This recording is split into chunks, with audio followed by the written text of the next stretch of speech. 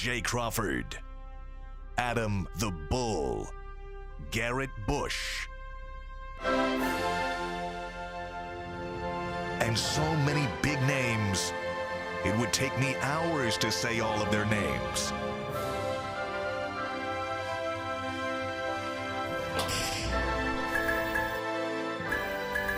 The ultimate Cleveland sports show. Booyah! It is Friday! Hey, we made it, guys. Yes, We made it to Friday. Right. Another week has come to a close. We're looking forward to the weekend here at the Ultimate Cleveland Sports Show. Thank you so much for joining us. I'm Jay Crawford, G. Bush, Tall Man, Brad Sellers. That's right, Jay. And Petty LeBull. Yes. Adam the Bull. Yes. Anything you want to go off hold on. about today? I'm going off about this first. Go ahead. I got one. Do it. I Yeah. got one. Do it. Hey, I don't know if y'all noticed the other day, but let me tell y'all this, man. The Ultimate Cleveland Sports Show has officially gone over the 1 million view mark. I saw that. Yeah. 1 million Yes. views. All right. When do we do that? This week. This week we Yeah. went over 1 million views. I'll tell you what. You don't understand how many people that is. I don't know a million nothing. And y'all came out and y'all supported, y'all showed love. Continue to subscribe, continue to hit that like button and notification bell, because we just getting cooking. The show starts when these pads get popping. Yeah, wait till how we football gonna do. season Wait starts. till that come on. Now, here's the good news. For every view, we each get $1. Oh, that's crazy. So, welcome to the Millionaire Club. And McNuggets gets 50 cents. Look, I didn't know So, that. yeah. I didn't know that.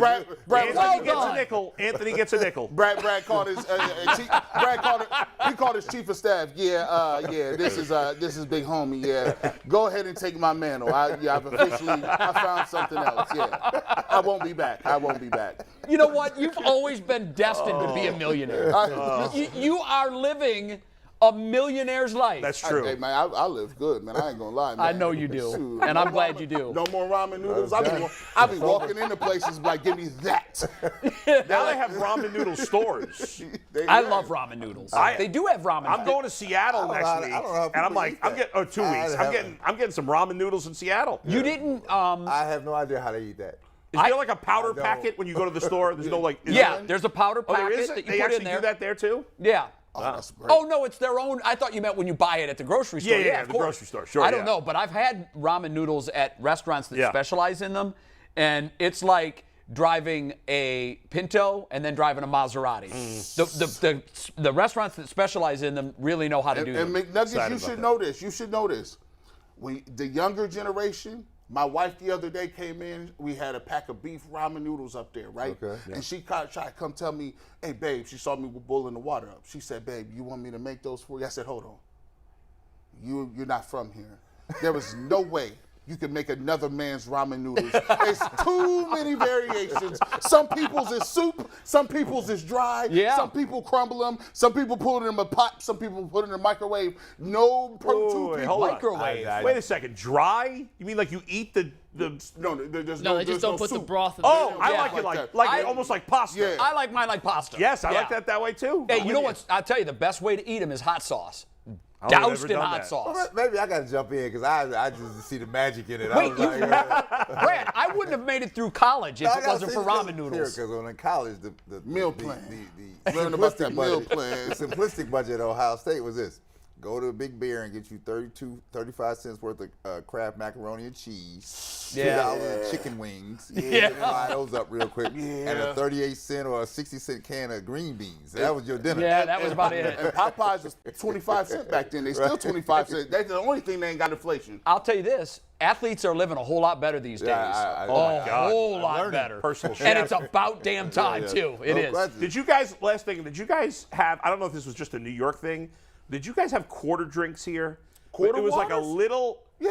right? It was like colored water, Yeah, a little- basically. they're It was like, colored. here's the red one, here's the green one, here's the blue one. I don't remember What those. is It was a little drink like this, and it was like a, you know how when you open a pill bottle, you got to pull off the plastic Yeah, thing? yeah. It was like, had a cover like that, and you bought them for a yes. quarter. I didn't know that that's what they were called. We just called them quarter drinks. So I don't know what they Great were. cherry. Yes. They had this like tinfoil top. Yes, Yep. right. Oh, those things were So you great. guys were living good. See, because in my day it was go get you a pack of Kool-Aid. Yeah, but I did Kool-Aid too. I had Kool-Aid back in the day. Yeah. Kool-Aid. And you get 10 cents. You get a whole pitcher full of drink. I'm so old, you could get a packet of Kool-Aid for 10 cents. Yeah. There was always somebody in your family that made that Kool-Aid. Oh, you need some sugar. Oh, that grape and red Oh, Kool-Aid. great. By the way, it's red. It's not fruit punch. It's red. Where we come from, it's just red. Yeah. That's a flavor. Just red. But it's not purple, it's grape. Yeah, yes, it's great. Yes. All right. How about the sugar, though?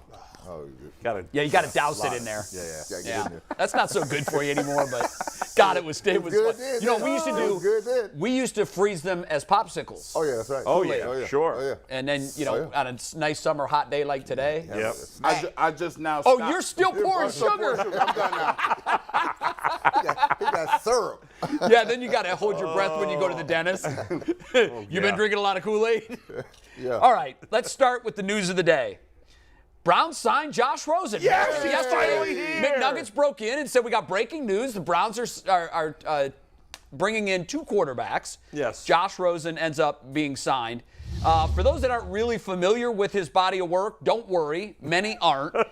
He was drafted very highly in Arizona in 2018.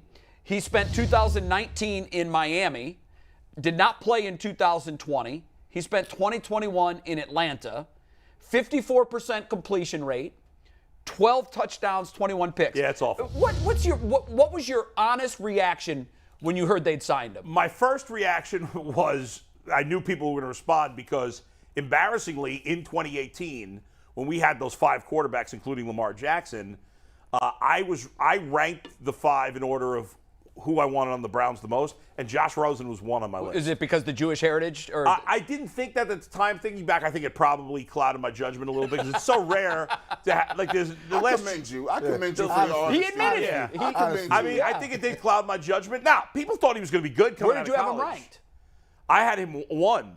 I had Rosen 1. I think I had Baker 2, Lamar 3. So at least I thought Lamar was better than others, but that's the only one I got right. I got Darnold right. I thought he was going to be no good. I had him 5, but I was wrong about Josh Allen, and I was certainly wrong about Josh Rosen. Yeah. I screwed that up big time. But then I thought, does this mean anything for Deshaun Watson? I was trying to convince myself that because he sucks so bad that they think Watson's going to get a shorter suspension. And then I realized it's irrelevant because even if Watson got suspended for the year, they could still cut Josh Rosen and trade for it him. means nothing. He's really. got no guaranteed money. Yeah, I'm sure. nothing. And I look at it like this. I just thought that Josh Rosen was just the insurance market. That's all he was, right? Yeah. You had a guy sitting out there. It wasn't going to cost us a lot of money to bring him in here. And then the other thing is saying it all depends on what happens to the Browns and with Brissett Watson? Oh, and Brissett. Watson Okay. and figure out how that goes. But Yeah. the third quarterback should never come into play here. Yeah, Should he will never- not. He never plays. I mean, I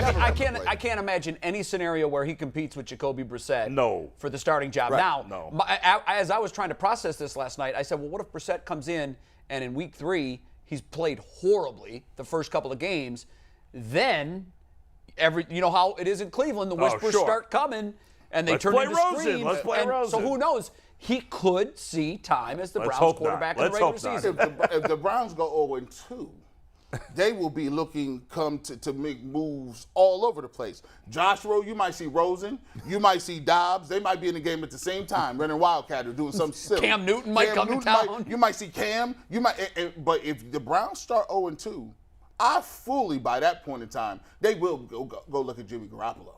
Because if you start 0-2, that means you lost to the Panthers. If he's still available. If he's still out there. But yeah, this is a okay, he's gonna come in and he's kind of smart. He'll pick up the playbook fast. They got a couple guys, because here's the thing, it's gonna be hard for him to even get the reps to even beat out Jacoby Brissett, right? If they had an even playing field where both of them came in at the same time, maybe he get an opportunity to beat him out. But right now, he's gonna be scrapping, trying to figure out what the offense is. And I don't foresee him touching the field, and if he does, we're in trouble. He's thrown only 11 passes since 2019. Yeah, I mean, I think the jury, really, it was a quick decision on him. Oh, yeah. He can't do it. And a lot of folks just used their eyes, and they watched and they saw he made terrible decisions, terrible throws. Other than that, he was great. So here was my biggest fear. I'm telling you, this is my biggest fear. He comes from he's pedigree. He has pedigree. Yeah. You're right. He was highly thought of coming out of college. Coming out of high school. Coming out of high school, he was huge. Yeah. Coming out of college, he was highly thought of. Yeah. And so he's kind of like that nice car in the garage that you put away because you got a newer car. Or I always say with drivers, I've bought new golf drivers, and sometimes I always go back to the old one because, man, you know what? I hit the ball pretty good with this one. There will be a great temptation, particularly by the fans, to start screaming for him if things don't go well with Jacoby Brissett. And because he has the pedigree, it's not like he is from a small college and came into the NFL with no fanfare. And what really caught my attention was when Adam Schefter sent out the tweet. The last line of the tweet was, "Those around him say that Josh Rosen is now ready to prove he belongs." And I'm like, now he's ready? After 4 years in the league and very little play the last 2 years, now he's ready? After you've been on the scrap heap for a while. First of all, let's be clear. This is not UCLA, right? This is not, not UCLA. This is a scenario where the Browns are looking for a third wheel just in case, right? They're still banking. I got to believe that the Browns are still banking on the fact that Watson's not going to be out long, right? That's what I truly believe. And if that's the case, then Rosen should not even come into play. But to G's point, if it gets a little choppy, you know what's going to happen It's here. not going to get choppy, Brad. We are going to spank Baker Mayfield's ass in the opening game, and then nothing to worry about. Our ratings are going to be gorgeous if they take an L, because Bull is going to be here melting all down. Well, either way. If Baker's good and they win, then I'm going to, all the Baker bros are going to be fired up. If it's the opposite way, I'm going to be crowing like you've never believed. I don't want to go down. I don't want to. Wait, you don't crow. I don't want to go down there. I don't want to go down. I don't want to go down this like, okay, so I can't believe I'm saying this. Oh, boy, here we go. And I'm not trolling. If, say, for instance, you get 2020 Baker. Yeah. And you got Jacoby. So you're saying the team is carrying him? Is that what you're saying? No, well, I'm saying at the end of the year. Baker played well, second half. Yeah, now, 2020 Baker. I don't think that Jacoby Brissett wants no smoke with that. Like, it's not like he can't. If he got to that level, and I'm trying to figure out if Jacoby Brissett can play up to that level. He's at home. He's got more pieces around him. He's at home. Gee, so you say he don't want any smoke? This smoke-filled room. Like, you better come in here. You better be ready for smoke. It's going to be some smoke in Carolina. It's the NFL, and you're a starting quarterback. That's like here. Remember when LeBron came back and played his first game in Cleveland after he walked out of here? Yeah. And everybody was mad because the Cavaliers' energy did not meet the moment. Sure. Yes. So I'm telling you that anybody with the Browns better be ready to meet the moment. So you better be ready to meet the moment. You don't think they'll be ready? You don't think they're going to be frothing at the mouth to get? I wish that game was here. But Bull, I wish it was here. I was at that Cavs game. I sat But there. that Cavs team sucked. No, but I don't care if you sucked. I don't care if you sucked, Bull. You can still rise to the level supposed to be ready at to go. some point. And here's the difference. They got a decent little offense. Wait a second. Christian Hold on. McCaffrey. Go ahead. Hold on. The Browns, that Cavs team was a crappy team with nobody I'm sure there was nobody there that was like mad or hated LeBron. Like this Browns team is good, and they're going to want to kick Baker's ass. Well, here, They better. If you're a competitor, don't care if that's my friend. Yeah. When you come down, if you came down the lane in that game, you're supposed to get hit. That's the rule. The Cavs were playing with a bunch of G-leaguers. No, but see, I don't care. But Jay, these are the rules here. I hear you. And that was Brad's era, too. I hear you. There It was should have much happened. more of a sharp edge for a guy in the 80s and 90s than today. Sometimes, these guys sometimes can be a little too friendly. So I'm hopeful that Myles Garrett and the Browns are ready to go. But to your statement, you better be ready for some smoke, because there's going to be some smoke that day. I think Nick Chubb's ready for some You got smoke. your little something on this list over here, this piece of paper. You got this itinerary. Yeah. And that itinerary says... That's our roadmap. That's an itinerary that says that the Cleveland Browns ain't ranked in the top 20 of skill positions. Yeah. We'll look at that. We're going to get to that. And that raised all of our eyebrows. We're like, wait a minute, what? And we'll talk about the criteria and why they're not in the top 20. But I think Carolina was dead last. ahead of them. Oh, No, were they? no. Carolina was ahead ranked of ahead them. of Oh, them. what did I see? I saw something. Oh, no. The Texans were dead Texans last. were dead last. Panthers were dead last in the list we did yesterday on the Yes. 3-year projection. Yes. See why They were I set you 32nd. up? I set you up, McNuggets, for your stuff. I set you up. That's a dime. Hey, before we move on to the head coach rankings, though, Anthony made a cool graphic. I just want to show. Let's Let's see push it. on. Yeah, camera this real is quick. this is neat. This is the first 4 picks plus Josh Rosen of the 2018 draft. Not that long ago. I mean, this is still the rookie Dang, contract. Saquon Barkley. I forgot all about Now it. Yeah. let's cut to the next one. We played a little musical chairs here. And look how the tables have turned. That is nuts. That's crazy, It right? really I is mean- crazy. The Panthers and the Browns have 2 of the top 5 picks. As much as I've been critical of Baker, 2018. he's still the second best pick behind Denzel Ward, which was the best pick of the top 5. Barkley's been a disaster since his rookie season. Well, injury had something to do with that, too. But he's never going to be the same guy, I don't think. I don't think he will either. The rest of the That's a guys shame. are crap. All right, let's talk about these NFL head coaching rankings, too, because we talked about where the Browns came Yeah. in on the top 32 skills positions-wise. Yeah. That was surprising. I think this surprised some fans. The head coaching rankings, this was done by CBS. So let's show you the top 5, and we'll get that out of the way. I think, you might want to move the order around a little bit, but all those coaches, I would take them on my team any day. They're Are all, we basing it? What is the list based on? I think it's right now. It was based So, on right now yeah. to win this season. Obviously not resume, because Yeah, Bill would be I number still 1. can't have Bill Belichick not number 1, but all right, fine. I did whatever. have an issue with that. Yeah, like, yeah. I don't care. Bill Belichick is just always, as long as he's on an Right. NFL sideline, he is the coach that I would Yes. want coaching And if my it's team. right now, I'd have McVay ahead of Reed. I just personally. can't see Andy Reid being number 1. I'd put Yeah. I'd put him 3, but I think the reason they gave him is because offense sells.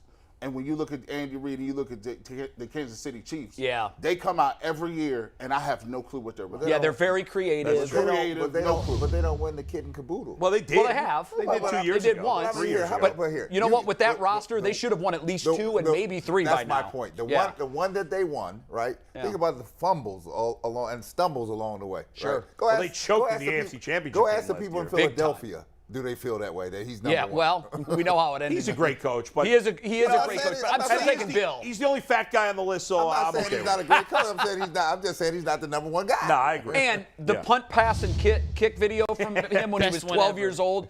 Best ever. If you can call that up on tag board whenever, just for a good laugh, it is absolutely one of the funniest pieces of video you've ever seen. He's like 12, Yeah. and he looks like the father of all the other kids that are in the competition. It's absolutely hysterical. All right, I don't understand let's go how through. Matt LaFleur is that high. Yeah, 6 through 10. I was a little shocked Yeah. by that too. That was the one that I would have issue with in the Yeah. top 10. Anybody else? Yeah, I can't see how No, LaFleur. I'm good with I that. can't see how LaFleur in Green Bay is like that, right? He's not that guy. No, I think- don't think so either. I think Pete Carroll got that name brand. I think he's overrated, Pete Carroll. I agree with you, but Yeah. Remember, his first go-round in the NFL wasn't great. right. And again, if we're talking recent, like the Seahawks haven't been very good the last few years. Well, Pete Carroll, I have to admit to you, Pete was squirrely here with this thing where it ended up with Russell Wilson. That ended Yeah. up real squirrely. And then his comments during the scenario with the trial with Reggie Bush. Right, No, no. What's the name? What's the kid? What are you talking about? the quarterback that got kicked out of the league. Kaepernick. Kaepernick. Yeah. I'm sorry. Oh, Thank you. yeah. The comments on Kaepernick. Yeah, that was a I little. was like, what? What Yeah. are you talking about? Right? I don't And remember what he said. well, basically, he was like, maybe he's suited for a better profession. Well, maybe you are too. Yeah, Just don't comment. Don't say a word.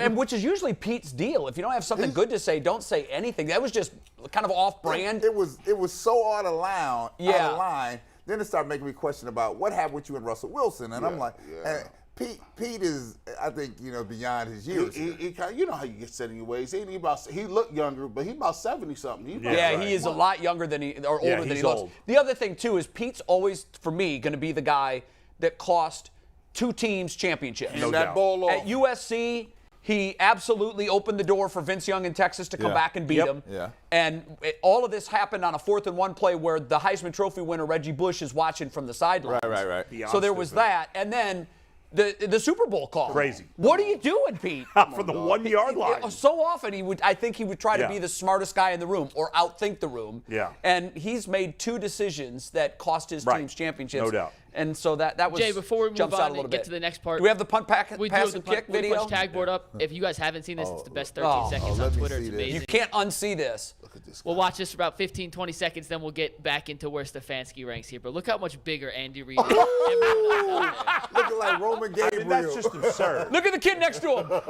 at the kids. There's no way he's the same age. That can't be possible. Bro. Looking like That can't be possible. No, to be no, the No, same it's very age. real. No, No, no. that, like, Bo, it's no joke. This is really Look at the think- kid next to him. I just can't. Andrew Reid looking like Rosie Greer. The kid next to him looks like he's 5. Hey, where your birth certificate? What's up, Big at, dog? Rosie? That is just. Look at this. Remember He was that- actually wearing a real Rams player's I know. uniform. Yeah, that's they didn't need a crazy. kid's Where is uniform the birth for him. certificate? Remember that kid? Who was it? Remember that kid that pitched for the New York Little League team that That looked was way striking older than everybody. turned out to Danny be older? Almonte. Yeah. Danny Almonte, right? And he was 13. Yeah. That's right. Never made it. Man. Let's No, he get, let's never get back made to the it. list here because All right, back to the Stefanski list. comes up on the very next 5. Yeah, so let's see 11 through 15. And there he is. Kevin Stefanski, just a couple of years into his head coaching career, had a great first year, and then really, in the eyes of many, took a step back last year. And in reading why they had him at 13, Yeah. they mentioned what we talked about yesterday. I brought up that I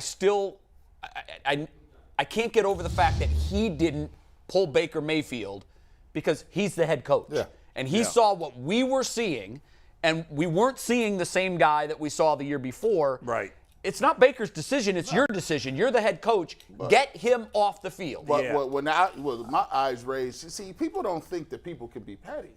People don't think that. Oh, they know grown I can be petty. Like no grown men could Yeah. be like, oh, let Well, me. he's a show- grown man. Like, hey, but he got the name behind him. He got it in lights and everything. And Petty asterisks. LeBeau. Yeah, he got T-shirts made. Now this guy Stefanski, when they said Jason Lloyd broke that story and they said Baker. Hey, man, he was mad that he was visiting with Myles Garrett, and he kind of told him, hey, come on back here and where you miss a meeting. That's like you, the mayor. Yeah. One of your assistants tell you got to take a call. Something happened, and breaking news, you got to go. And they come back and look at you and say, Mr. Mayor, I'm a little disappointed. We needed you in that meeting with me. My one-on-one time is valuable. You looking at them like, that sound good. Yeah, you won't be here no longer. We'll get rid of you. Gee, we'll catch her next year. She's not going to be back very often. Yeah, but you're not going to sabotage a season for that. But here's how they play. I tell people. I know I'm not conspiracy theorists, but you had to figure out. The whole season last year was finding out what Baker was and what he wasn't, right? And so when he said, "All right, well, we're gonna see what you are," and we're seeing what you are entails. Can you play hurt? Can you play under fire? Can you play under duress? And can you play knowing that you got to play for a contract to see how you move with it? And there's no way, because I think Stefanski made the decision and the conclusion that he couldn't play. The only way he could have moved on from him, literally, was to put him out here and let him play himself out of the position. We could debate this for a while. I don't think we want to go down that whole road again. Here's my hope. I hope our head coach isn't that guy. Yeah, I know. I don't buy that. That's something a but junior high coach would do. I will say this, though, to G's point. At some point, you have to run the ship, right? The nuts can't run the asylum. There are 52 other guys busting their asses, And though. you're sitting here. And you're gonna Jay, steal their glory. Jay, you're sitting for here one, because you're watching the season slip away from. Everybody's watching the season slip away but from. it really wasn't gone until the last week of the season. But how many people on Sunday would be so disappointed when I started cutting their lawn? Like, let me do some yard work because this is getting away from it. Because you start seeing things trending the other way. I was that guy. Right? Yeah. Because I'm looking for different things, and I'm watching Mayfield, who obviously is struggling. He's struggling. So Clearly wasn't the same guy. So guy. when do you say, sit down? I'm going to save you from yourself Yes. and put somebody else. I should was have. praying that he would do that. Can we bring up 11 through 15 again? Yeah, give us 1 sec. Now, listen, I don't think Zach Taylor's that great a coach. I don't understand how the coach who goes to the Super Bowl is 15 on the list, though. Because he's so new. Cliff Kingsbury hasn't won anything. Yeah, that's absurd. Nothing. He's not even won a playoff game. I don't know. I don't know whose files What he is has. the obsession with Cliff This Kingsbury? guy get money off. He be getting every level.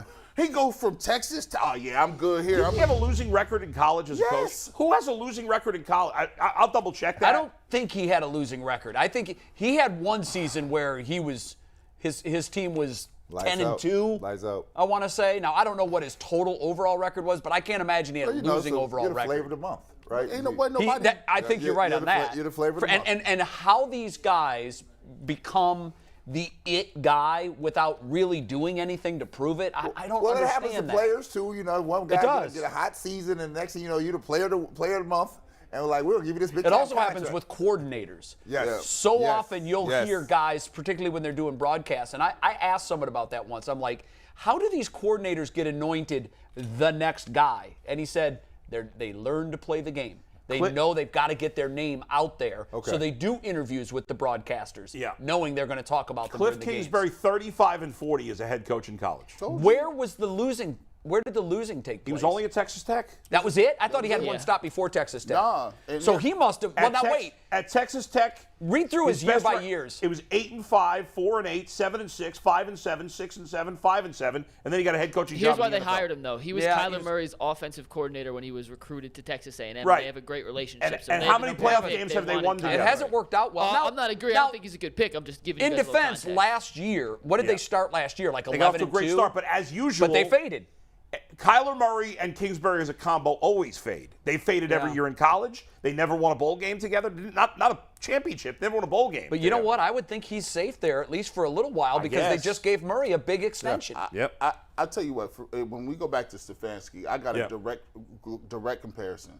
My direct comparison is Kyle Shanahan, right? Because they both run the ball.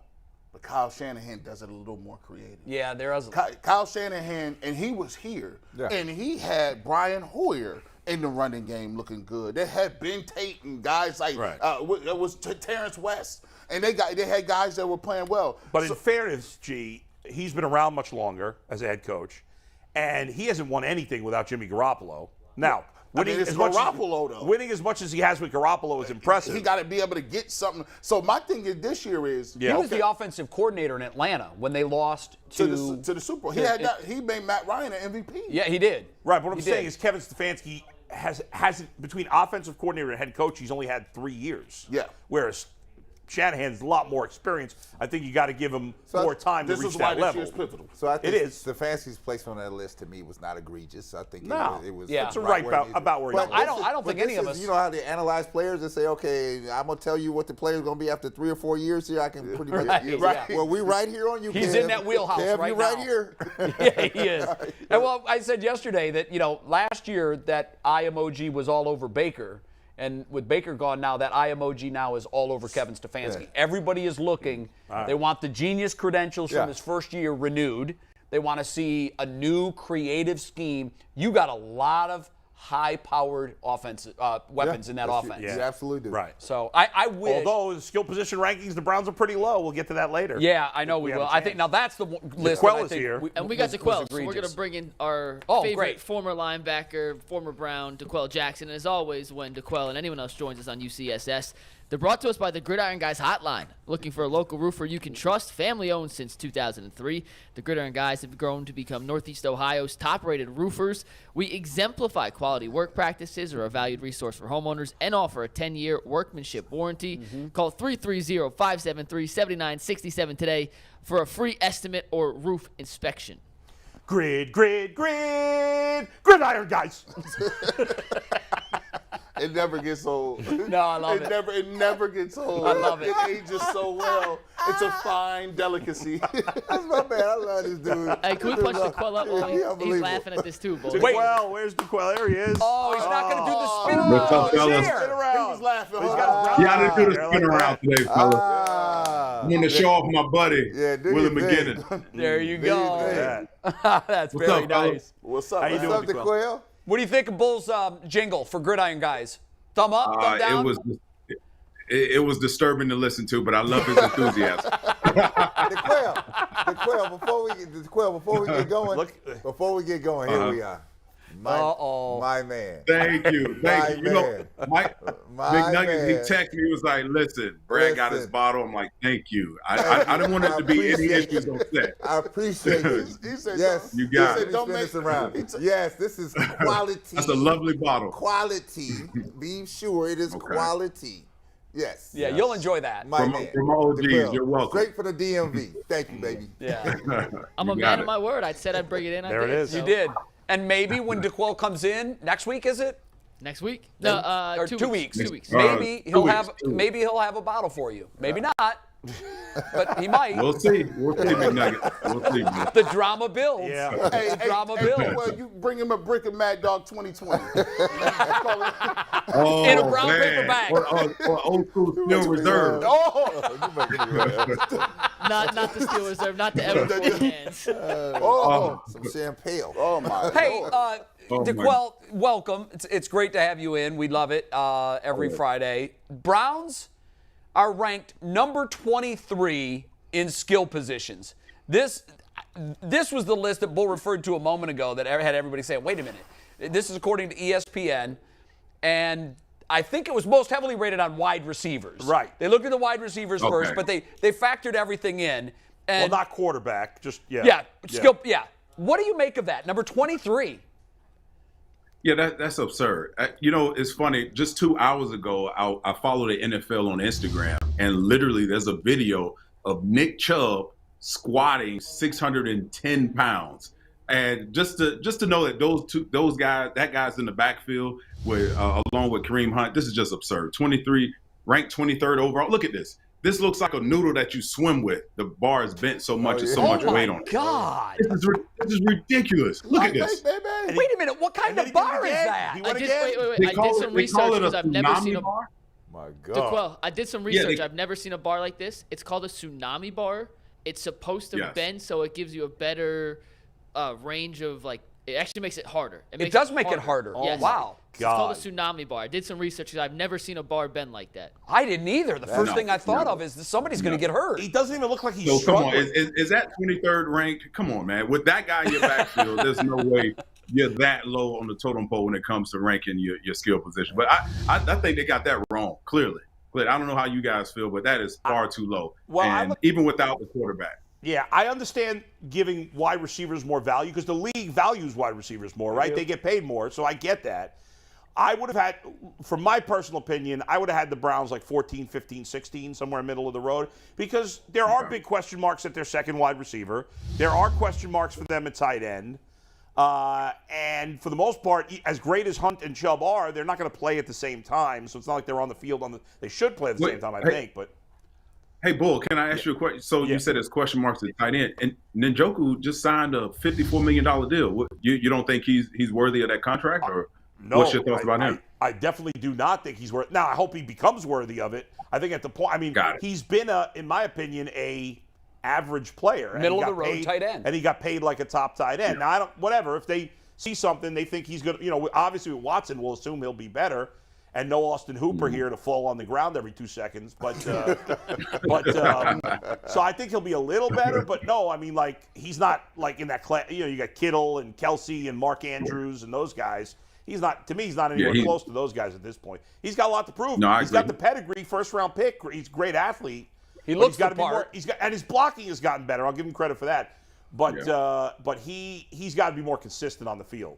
I got him penciled in for 900 yards. I got him 900. That would be huge. 900 yards, about 6-7 touchdowns. If he get anything over 8 touchdowns, it's a great year for me. If he puts up those numbers, that's huge. Well, he has Chubb and Hunt combined for 25 touchdowns to Quell. Yeah, so, true. Again, like we said yesterday, according to G. Bush's preseason rankings here, we're going to score about 75 points a game. I do. Listen, he was like, G, what you got, Chubb? I said 1,400, and I got him 1,400, and I believe I said 15 touchdowns. 14 touchdowns. Okay, 14 TDs. And 10 for Hunt. Yeah, I got 11 for Hunt. You don't sold me. Ooh. That's a big year. That's a big, bold statement. So that must mean we must. I don't think anyone would doubt those guys are worthy of putting up those type of numbers. But Njoku, maybe I want to go back to the Njoku side. But maybe it's because he hadn't had a guy that can get him the ball the way he should and utilize his physical tools to be a mismatch against run or linebacker. So we'll see. I think I'm with you, Bull,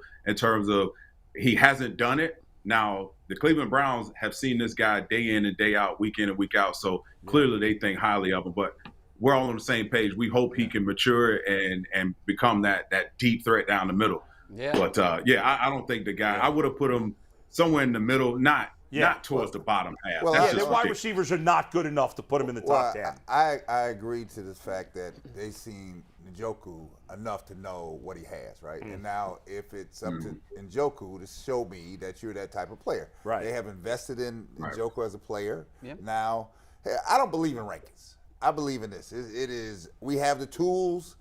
Can we go out and perform at a high level? I think we have all the tools. The only one I'm worried about is this. I would like another receiver on the other side. Yeah. On the other side, a real receiver. I'm not. These young cats might be good. I don't know. Right. To be determined. To be so determined. you wouldn't put a number on their 15th, their 12th, you don't like that. You know, because it's so subjective. It's opinion. It's hard. But I know what? I've got 2 great backs. Watson is the floor. I got a great quarterback, right? I've got 1 at least good receiver, right? Yeah. I got a decent tight end. They're not in the market of paying people, overpaying them all the time. Sure. Yeah, right? G. Bush, So- where do you have them? Man, they got to be in middle ground. I got them about 15. Yeah. I got them about 15, 16. If they had them about 17, I wouldn't have no problem with it. But one of the things is, and this shit, I keep going back to it, man. They would not be ranked this low if Kevin Stefanski if he had a playbook where you thought he can get people the ball. One thing I look at Sean McVay and why McVay is at the top of the charts. Yeah, right above. McVay get everybody moving today, not tomorrow. He get people open now. Cooper Kupp always open. Spreading it around. Jefferson open. Robert Woods was the guy. He got injured towards ACL. They said, "Oh, come on over here, Odell. Yeah, we feel you got." He just open. I'm looking around. I'm like, I need my guys to be like that.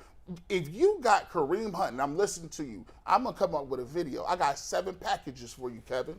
Kevin, listen to your boy. Assistant coach now, G. Bush. Yes. I've been in the lab with a pen and a pad. I'll tell you what. If you don't have Nick Chubb and Kareem Hunt in this split back formation where you can run split zone, you can run sweep, you can run ISO, you got 2 backs that you can flare them, you can run your screen game, you can put wheel routes, everything, and both of them are willing blockers. You can have this thing moving, but you keep telling me, I got to keep them fresh, G. Got to keep them fresh. I like to rotate them in and out. No, bro, you need that playmaker because you ain't got no receiver like that on your body. Like he type like David Bell. They should be playing Come on, together. man. We need to see them together. We haven't seen them enough. McNuggets, can we get that last graphic that you had up on the screen? The previous rankings? Yeah, that's what really got me. So, guys, first of all, I do think that this is egregiously low. And I know you guys said you'd put them somewhere in the middle. Yeah. I'm going to put them 13th. And here's why. So in 2020, they were 2nd. Dang. And then 2021, they were 4th. Yeah. And you dropped this offense 19. Now, granted, Jarvis isn't here anymore. Odell isn't here anymore. But in bringing over Cooper, this is still a guy who's in the upper, I'd say, 3rd of the league in receivers and maybe even higher than that. But here's my logic. Who's got the better backfield than the Browns? Nobody. I don't have. He admitted there. I know. Minnesota's got a great 1-2 punch. They have a great backfield, but I'm not trading Chubb and Hunt for anybody's. I would. Green Bay's right there. So we all agree that we've got Chubb and Hunt as the best backfield in the NFL. Yes. Premier so backfield. if you've got them at 23, and you know that I think everybody would agree they're the best backfield, that means you're saying that your NFL or your wide receivers and your tight ends are both 32nd. Yeah, 30. How are you getting to 23 when you've got the best running backs in the league? It didn't make sense. It makes no sense. The Browns were too high, ranked too high the last couple of years. I agree with that. Yeah. But now he's over. You know what? It seems to me that the folks that do this list, Yeah. they are enamored by name brands. Yes. Wait, so last year, Chubb, Hunt, OBJ, Jarvis, put them at number 4. The year before, put them at number 2. Yeah. Well, I think go ahead. I was going to say, I think this is part of Kevin Stefanski's imprint on this team. G kind of alluded to it earlier, and I heard you guys talking about it before I joined you. But this wow factor, the Andy Reid, him being number 1, the ranked number 1 coach on the coaches platform is because he has this ability to create and get guys open. And no matter who comes in, if you're fast, if you can run, you can catch, then he has a scheme for you. He draws up plays that can get you open. I think this is they're looking at the totality of this offense last year of it being so stagnant. with all these additions to Jarvis Landry and Odell Beckham, they're saying, hey, look, this team with all this talent, they weren't that good. They couldn't get the ball down the field to the top target. So I think that Kevin Stefanski is going to have a huge role in how this offense is perceived next year and throughout this year coming up. So he's got to do a better job of creating for his guys. The other thing we have here, we didn't have a playmaker. We have these people that can make plays, but your ultimate straw that stirs the drink was struggling. Right? Yeah. So that it passes off to everybody else. So in this case here, if Watson hits the field, Jay, he really hits the field. Now you have the you have the straw to stir the drink. Yep. Right now, everybody else should look 10 times better. And if that comes into play, but they should look marginally better. I don't know about 10 times better. But here's what I would say to this: if the Browns' offense finishes at the end of the year as the 23rd ranked offense in the NFL, oh yeah, this is a big problem. Well, I mean but that list does not include quarterback or offensive line. No, I know it's not. Where the Browns are really good. But I think you would say that Brissett would offset Watson. All right, maybe. Right? If it's 8 games. And so if it ends up being half a year, and you get half a year with Brissett and half a year with Watson, and this offense is 23rd they're not in the playoffs. at the end of the year, no, they're definitely not in the playoffs, and we've got a problem. And, sure. Dequal, let me ask you this question, because I think this foreshadows a little bit something different, and the fans should be well aware of this. For me, this foreshadows the fact that when you go into games and you go into the season, the media, the writers, the people, they're not going to give you nothing. This is what I call the direct backlash from Deshaun Watson, right? First of all, the media didn't like how he got there. They didn't like the contract. They didn't like the allegations. So when you ranking stuff now, your first thought is the Browns got some pieces. But your knee-jerk reaction is to say, nah, I got to push him down a little bit because I don't like that. And I think fans need to understand when these lists come out, you're going to see on the Browns, there are going to be a lot of people that's on the Browns that could be Pro Bowlers, first-team All-Pros. They might not get that look or that nod because they play on the Browns, and the Browns will have a target for at least 2 years. What are your thoughts on that? Yeah, it's a human element. We're all we all play a role in this, no matter how unbiased we want to be. You're absolutely right. It's going to have some effect, especially when it involves writers and projecting what this team will be. And like most people within the Browns community, we think this team could be really good once Deshaun Watson is able to play and step on the field and get back to his true form. We're talking about Super Bowl or bust. We've had those conversations. So I agree with you on that. I can't disagree with you that there's a human element tied to it, that you don't want to put these guys on a pedestal knowing that all the noise that's come in the offseason with Deshaun Watson and them dealing with and them signing him to one of the biggest contracts now that Kyler Murray has signed his, but sign him to an extension with all of these different allegations and noise coming out of his camp. So I agree with you 1,000% in that regard. So Dequal, let me ask you a question. We had some statements made earlier about the first game basically between Carolina and the Browns. And I'm coming to you as a player. Mm-hmm. Do you need to be hyped up for that game, or should you be already hyped because you know what's on the table? I shouldn't need an extra motivating factor for that game. G was talking about the smoke. Some people don't want the smoke. I said you better want the smoke because that's a smoke game. Yeah. The room is already smoke for you. So you better get off the plane ready to be in the smoke. So tell me about, I know how it works in my world. How does it work in your world? Yeah, I mean, listen, when you're counted out, when you have everyone saying, all these negative things about your organization, what you shouldn't have done, you look for wood to throw on that fire, anything extra to motivate you. And again, to start the season off against Baker Mayfield, that you couldn't have written that story any better. Everyone in that locker room has something to prove each and every year, just without the noise. This year, the fact that the expectation when Deshaun Watson comes back, those guys in that locker room wants to be able to sustain some winning pedigree to a certain degree, because they know, listen, this guy is good, but hell, I can play too. And every guy should have that attitude going into the season, knowing what they're up against and knowing when they start winning, when Deshaun Watson comes back, they're going to have to take more of the pressure from the outside noise and everyone talking about, I don't really know if I want you to be good, but you got to go out and prove it week in and week out. So absolutely, guys are paying attention to what's going on. Dequal, as a defensive player, I want to kind of piggyback off what he said. Who do you need to see on this defense step it up this year? Because I said the defense is going to have to carry him.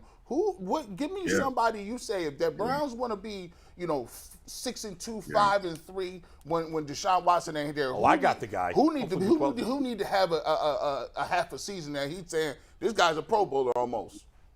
Listen, and I hope I don't put my foot in my mouth, but number 28, I've been saying it for a number of years now.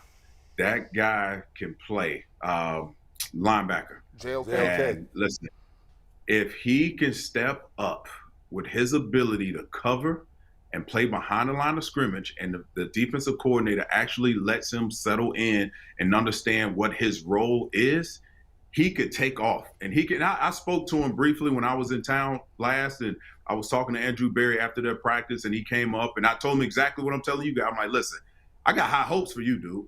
I was like, a lot of it, has to do with your ability, but just talking to the young man and seeing how mature he is, I'm looking for him to take that next step as a linebacker and not this tweener. So everyone knows when you step on the field, they know exactly where you're going to line up, exactly what you're going to do, and who you're going to bring with you. So I'm looking for him to step up majorly. Obviously, there's some questions up front at the D tackle position, but I want him to be a difference maker at that level.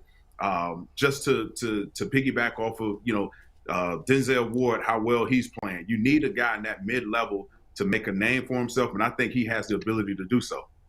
I think it's a great choice, obviously. I think we all want to see JOK because he looked good as a rookie, but he was hurt. Like, you really feel like there could be a big step. The one guy, when G asked that question, though, the one guy, and I'm curious your take on this, Dequal, to me, one of the biggest disappointments on this team, besides Baker Mayfield, was John Johnson last year. I don't feel like I'm saying his first name wrong. It's John Johnson, right? That's right. In my mind, I'm like, that doesn't sound right. Anyway, the Browns paid, they brought in a bunch of free agents before last season. They paid him the most. Yeah. They brought in a bunch of defensive players. I thought he was a huge disappointment. I thought he was mediocre at best. And coming in, all the PFF grades on him were great. He was one of the best safeties with the Rams. And I thought he was a huge disappointment last year. And they need you gotta have that safety that can kick some ass, and they need him. Yeah, no, you're right. There's a lot of question marks on the defensive side of the ball. I think that's it's easy to kind of overlook things because we spent so much time talking about this team and offensively what they will look like with Deshaun Watson. But you're right. On the other side of the ball, they have a lot to prove.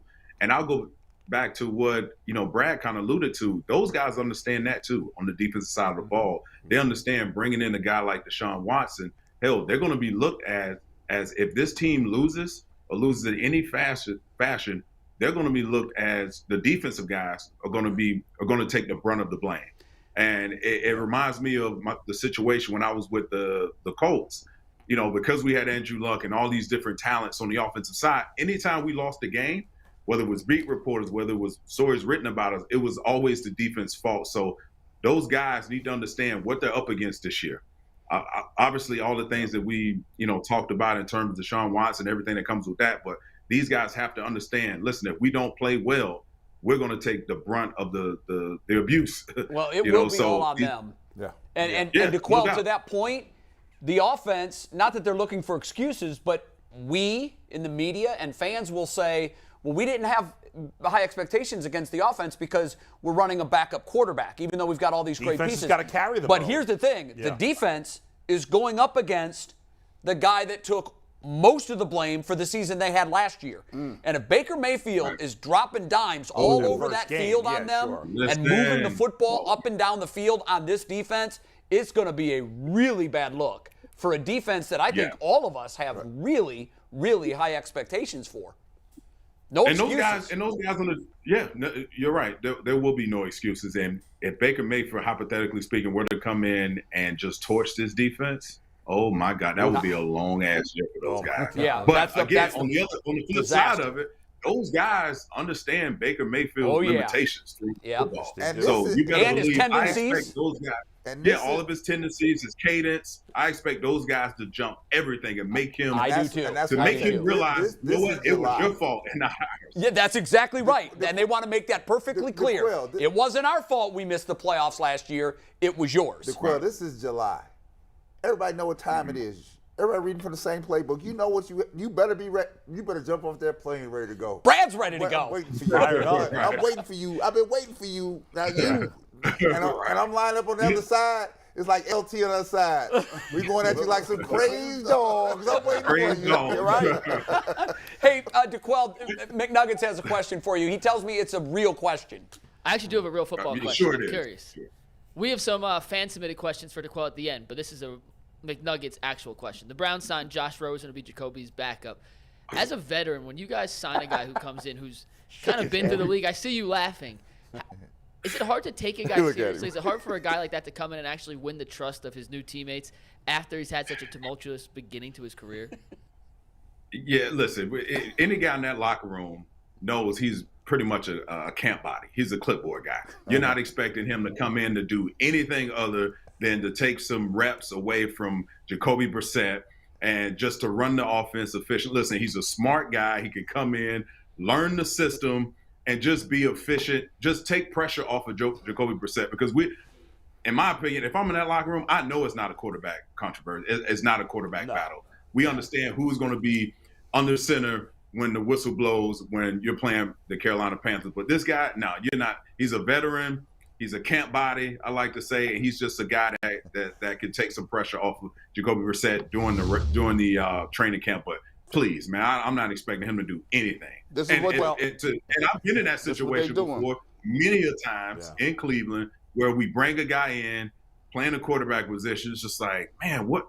We couldn't find anyone else like this guy. Really? Hey, Dequal, this is exactly what you're doing. That's it. Exactly what we're doing. Right here, hey, listen, left guard, get over the top right here. We're going to zone it up. Hey, Josh, the main threat is over there on 2. Don't mess this up. Hey, Dequal, on an unrelated note, I'm curious. Yesterday we played a video of this dopey guy like pushing kids out of the way to get autographs.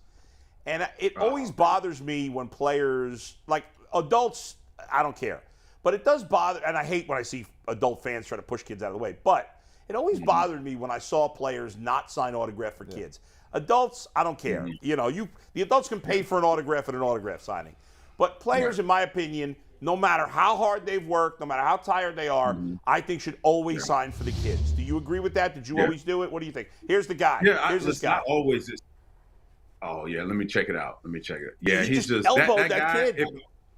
If I were the guy he wanted an autograph from, I would say something to him. I've done it in the past, like, nah, you're not getting an autograph. Yeah. I'll keep signing around him and just let him just understand what he's doing. But for me, anytime a kid approached me, the only time I wouldn't, let's say that, was probably if I was eating after a game and with my family. But I still would, but I would wait until afterwards. But anytime a kid approached me, it takes 2 seconds. Yeah, I would write a DQ and be on my way. But yeah, for kids, listen, the impact that you have on these young people, just signing an autograph and telling them to listen to their parents goes a long way. And athletes have to understand that, and most do for the most part. I just want to on a signing thing. It's just really quick, Dequal. Since you out with your family, and I know you said that about the autographs. How do you handle attractive women asking for a picture when your wife is there? Are you as gracious with that, or do you just play it off like I didn't? I'll take the picture. I'll take the picture. I take a picture 1,000 times. It's fan equity, man. You got to treat them all the same.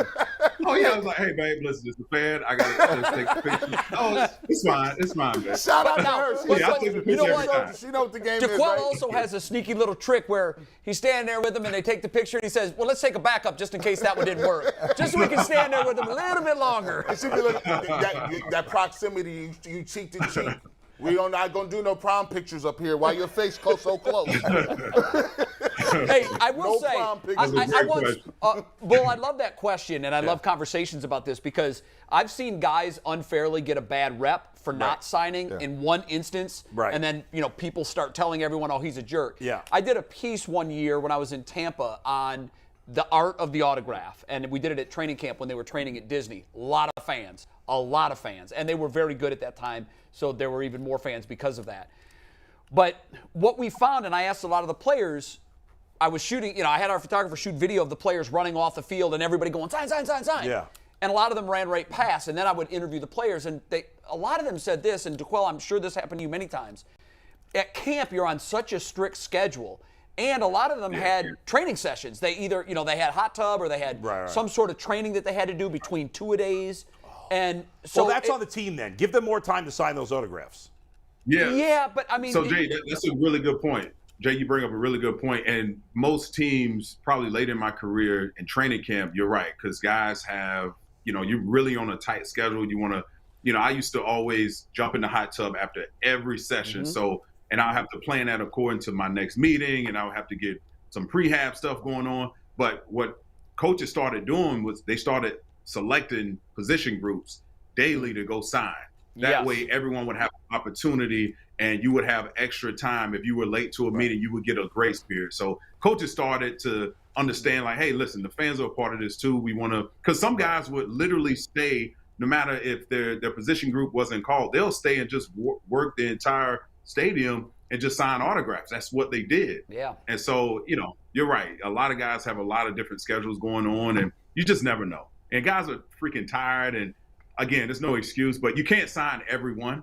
And it's funny, the adults that send the kids, that's another discussion. Yeah, we talked about that yesterday. Full of guys who send the kids, and all they do is make money off of it. It's like, hey, listen, man, anytime I see a blank piece of paper, it's just like, okay, I know what you're doing. Let me sign your shirt. So I always sign a shirt or a football they would have, because I know the adult is up there putting them up to it, and they're selling my likeness, if you will. And I know that you guys, as a rule, players hate that when they're monetizing your time. Yeah. They're basically making money off your time at that point. Right, right. And there was nothing we could do. It's like, you knew all the, anytime a guy comes with 30 cards, I'm like, hey, man, listen, I'll sign 2, because I want to take care of everyone else. I'm not signing 35 cards. Right. It's just like, come on, man. At that point, it becomes a signing session. And I would just say this, and the way it goes now in basketball, Dequal, they have the way they built these stadiums now. It really puts the player away from the fans. Sure. Right? So even after the game, you can go directly from the locker room right to your car and drive on out the stadium and get on home. Yeah. So I always felt like it was our responsibility to interact with the fans and do our part. I used to get mad. I used to get mad at all the time. That's my guy. Bill Lambert used to get mad at him all the time, because Bill would just he just blow by everybody. I'm like, man, it'll take you 2 seconds to sign something for this little kid standing here, right? And so I always was cognizant that there's a give back that the player has to give back to the fan, right? Sure. And so the way it's structured now, even in these collective bargaining agreements, where you used to have so many appearances, they're reducing those numbers, so you get further away from the people. Right, right. That's too bad. I was once on. One time I was at a. I was already in the business, but I was working in upstate New York. And I went to as a fan, I went to a Cubs-Phillies game at Wrigley Field. And I leave the game, I get on the L, right? And I'm like, I think that's Jimmy Rollins on the train. And he was just riding on the train, but that is so rare. Oh, extremely. That the players would do that. And I went and I actually talked to him, and he was extremely friendly, and he was a star player, not a Hall of Famer, but a really good player. A name player. And it was stunning. I was like, this is so cool that you're riding on the train with the fans. Yeah. Man of the people. But that's so rare these days. When I was a kid, I was at an Indians game, and Mike Hargrove was a player. He was playing first base for them at the time. And I had a little autographed book that I would hold out for the players, and they would all sign it. And when the last player gave it back to me, he dropped it before I had my hand on it, and it fell down. And you remember the old photo wells at Municipal Stadium? Yeah. They were surrounded by the blue steel bars, and Hargrove saw it, and I thought, oh my God, my autograph book's down there with all the autographs. Yeah. I didn't ask anybody to get it. Even the player that handed it back to me, whose name I won't say because it's just not fair to him, he saw me drop it, and he didn't make any effort to go get it. But Hargrove was next to him, and he saw it, and Hargrove climbs over the rail, jumps down into the photo well, and hands me the book. Wow, that's cool. And I've told he clearly doesn't remember, but I told Mike that story. I said, you were always one of my favorite players because you went above and beyond. You did something you didn't even have to do. I didn't even ask you to do it. It's just, I think in moments like that, it sort of opens a light to who the person is. And those have always been the guys that I've rooted for the most. Absolutely.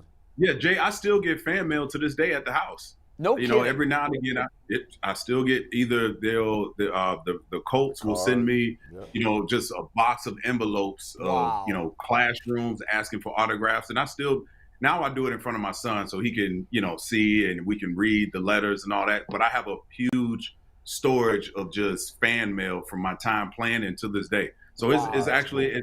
It's still going. So I really appreciate that. It's and a really cool moment. I don't think anybody is surprised to hear that he still takes the time to do it. And I love the fact that you do it in front of your son. That's cool. Not just so he can kind of see what your impact was when you played, but also as a way of teaching him you have a responsibility when you reach a certain status to make sure that you give back and you treat mankind the way you want to be treated. I think that's awesome, and to no one's surprise. Before we let you go, I want to ask you, we chewed on the fact that Kevin Stefanski comes in as the 13th ranked coach in the NFL. I don't know if you heard that discussion, but I definitely wanted to get your thoughts on that. Is that too high? Is that too low? Is that just right? I think it's fair. I think it's fair. I mean, you look at the guys in front of him. Guys are, the Bill Belichick's of the world, the Mike Tomlin. I think it's fair. I think Zach Taylor should be higher than him. Even though, this guy's in the same conference. He took his team to a Super Bowl, for Christ's sake. And I don't know how Kevin Stefanski is ranked higher than him. But I think it's, we'll see. Yeah. We'll see. I don't know what his offense is going to be. But I feel like the fact that they went out and got Deshaun Watson, the guy that can sling the ball down the field, we're going to see a completely different offense that we hope we would see the creativity come out this year. Obviously, he's going to have a roadblock not having, Deshaun Watson for a period of time whenever we figure out that news. But I think it's fair. But, again, there's a couple guys that I think should be ahead of him. And, he's that next phase.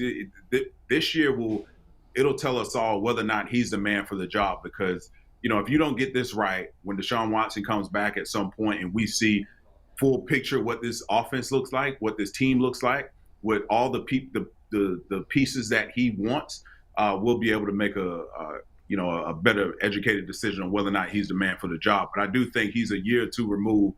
If he doesn't show his ability to put his imprint on this team from an offensive standpoint, I think we're talking about a new coach here in the near future in the next, few years, if he can manage, without showing us, what he can do offensively. Yeah. All right. Very strong take. It's time for mailbag. Right, McNuggets? Yep, we got some internet questions for you, Dequal, and whenever we talk to the internet and they send us questions, it's brought to you by PCC Airfoils. Looking for a job with career advancement and great benefits? PCC Airfoils is a leading manufacturer in Northeast Ohio. All locations of PCC Airfoils in Eastlake, Mentor, Wickliffe, and Minerva are hiring for all positions starting at $18 and up, plus full benefit packages, paid time off, and a signing bonus. Apply online at precast.com/careers to learn more. Yeah. Nothing, Bull? Everybody's talking about the news sound funny, but still PCC to me. Hey, did you come up with these beforehand? That's impressive. That is the lyrics from the Billy Joel song, It's Still Rock and Roll to Me. I just added PCC at the end. Instead of It's Still Rock and Roll to Me, it's still PCC to me. There you go. That's impressive. He invented the remix. He loves Billy Joel, so I'm not surprised. I'm not surprised at all that you worked that Billy Joel song in. All right, who's hey, Jay, man of belly talents?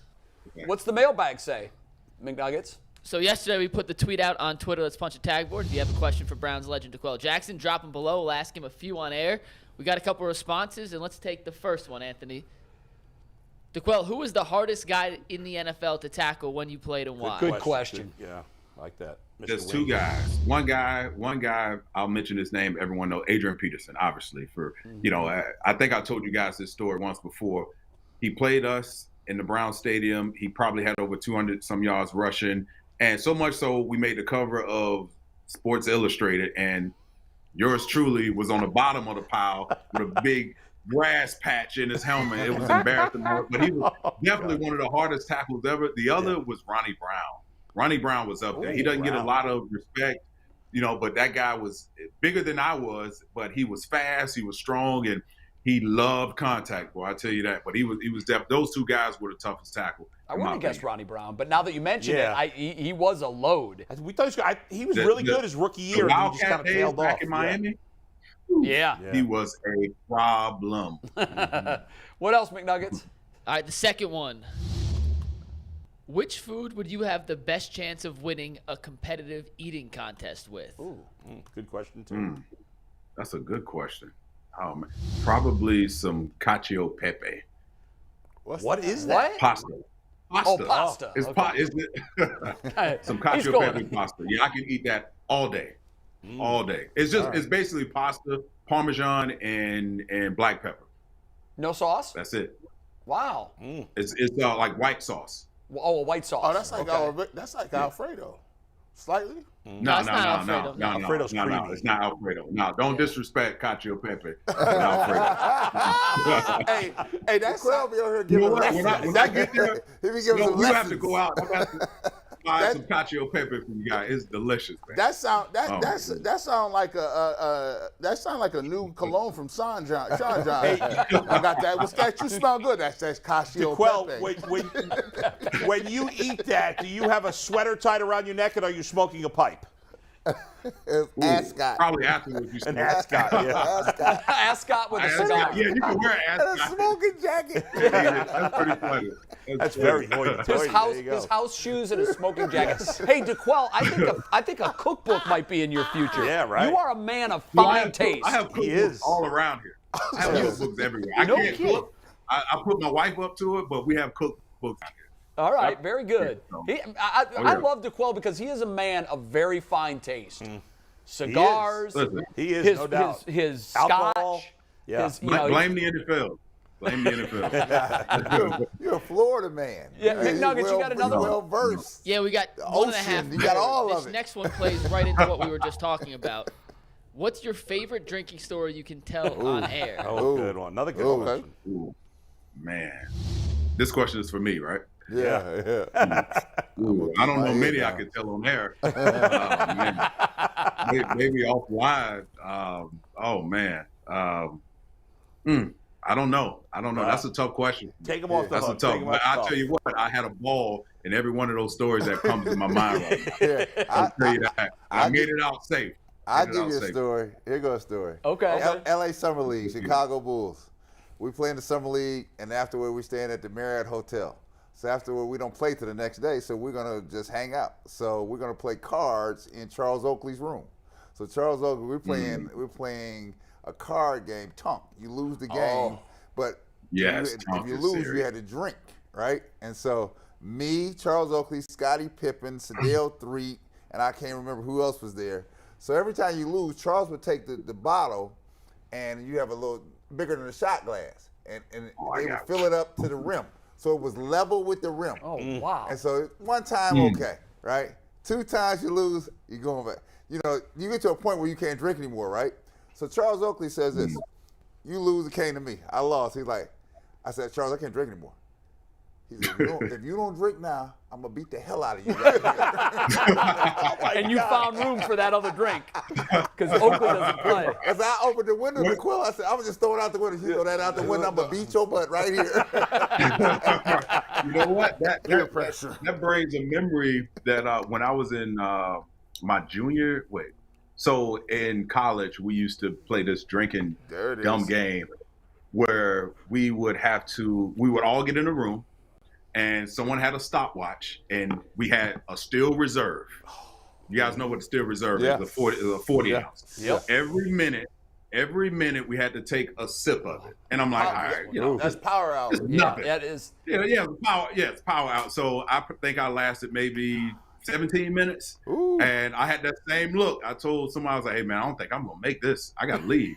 I was like, listen, if you leave, you don't want to leave. You don't want to deal with what comes with leaving. So I kept drinking, and lo and behold, everything that I drank ended up everywhere. And I tried to warn everyone. And that was my first and last time drinking the Steel Reserve. We have Never the again. same story, except football players. We're in the dorms. We're in James Hall.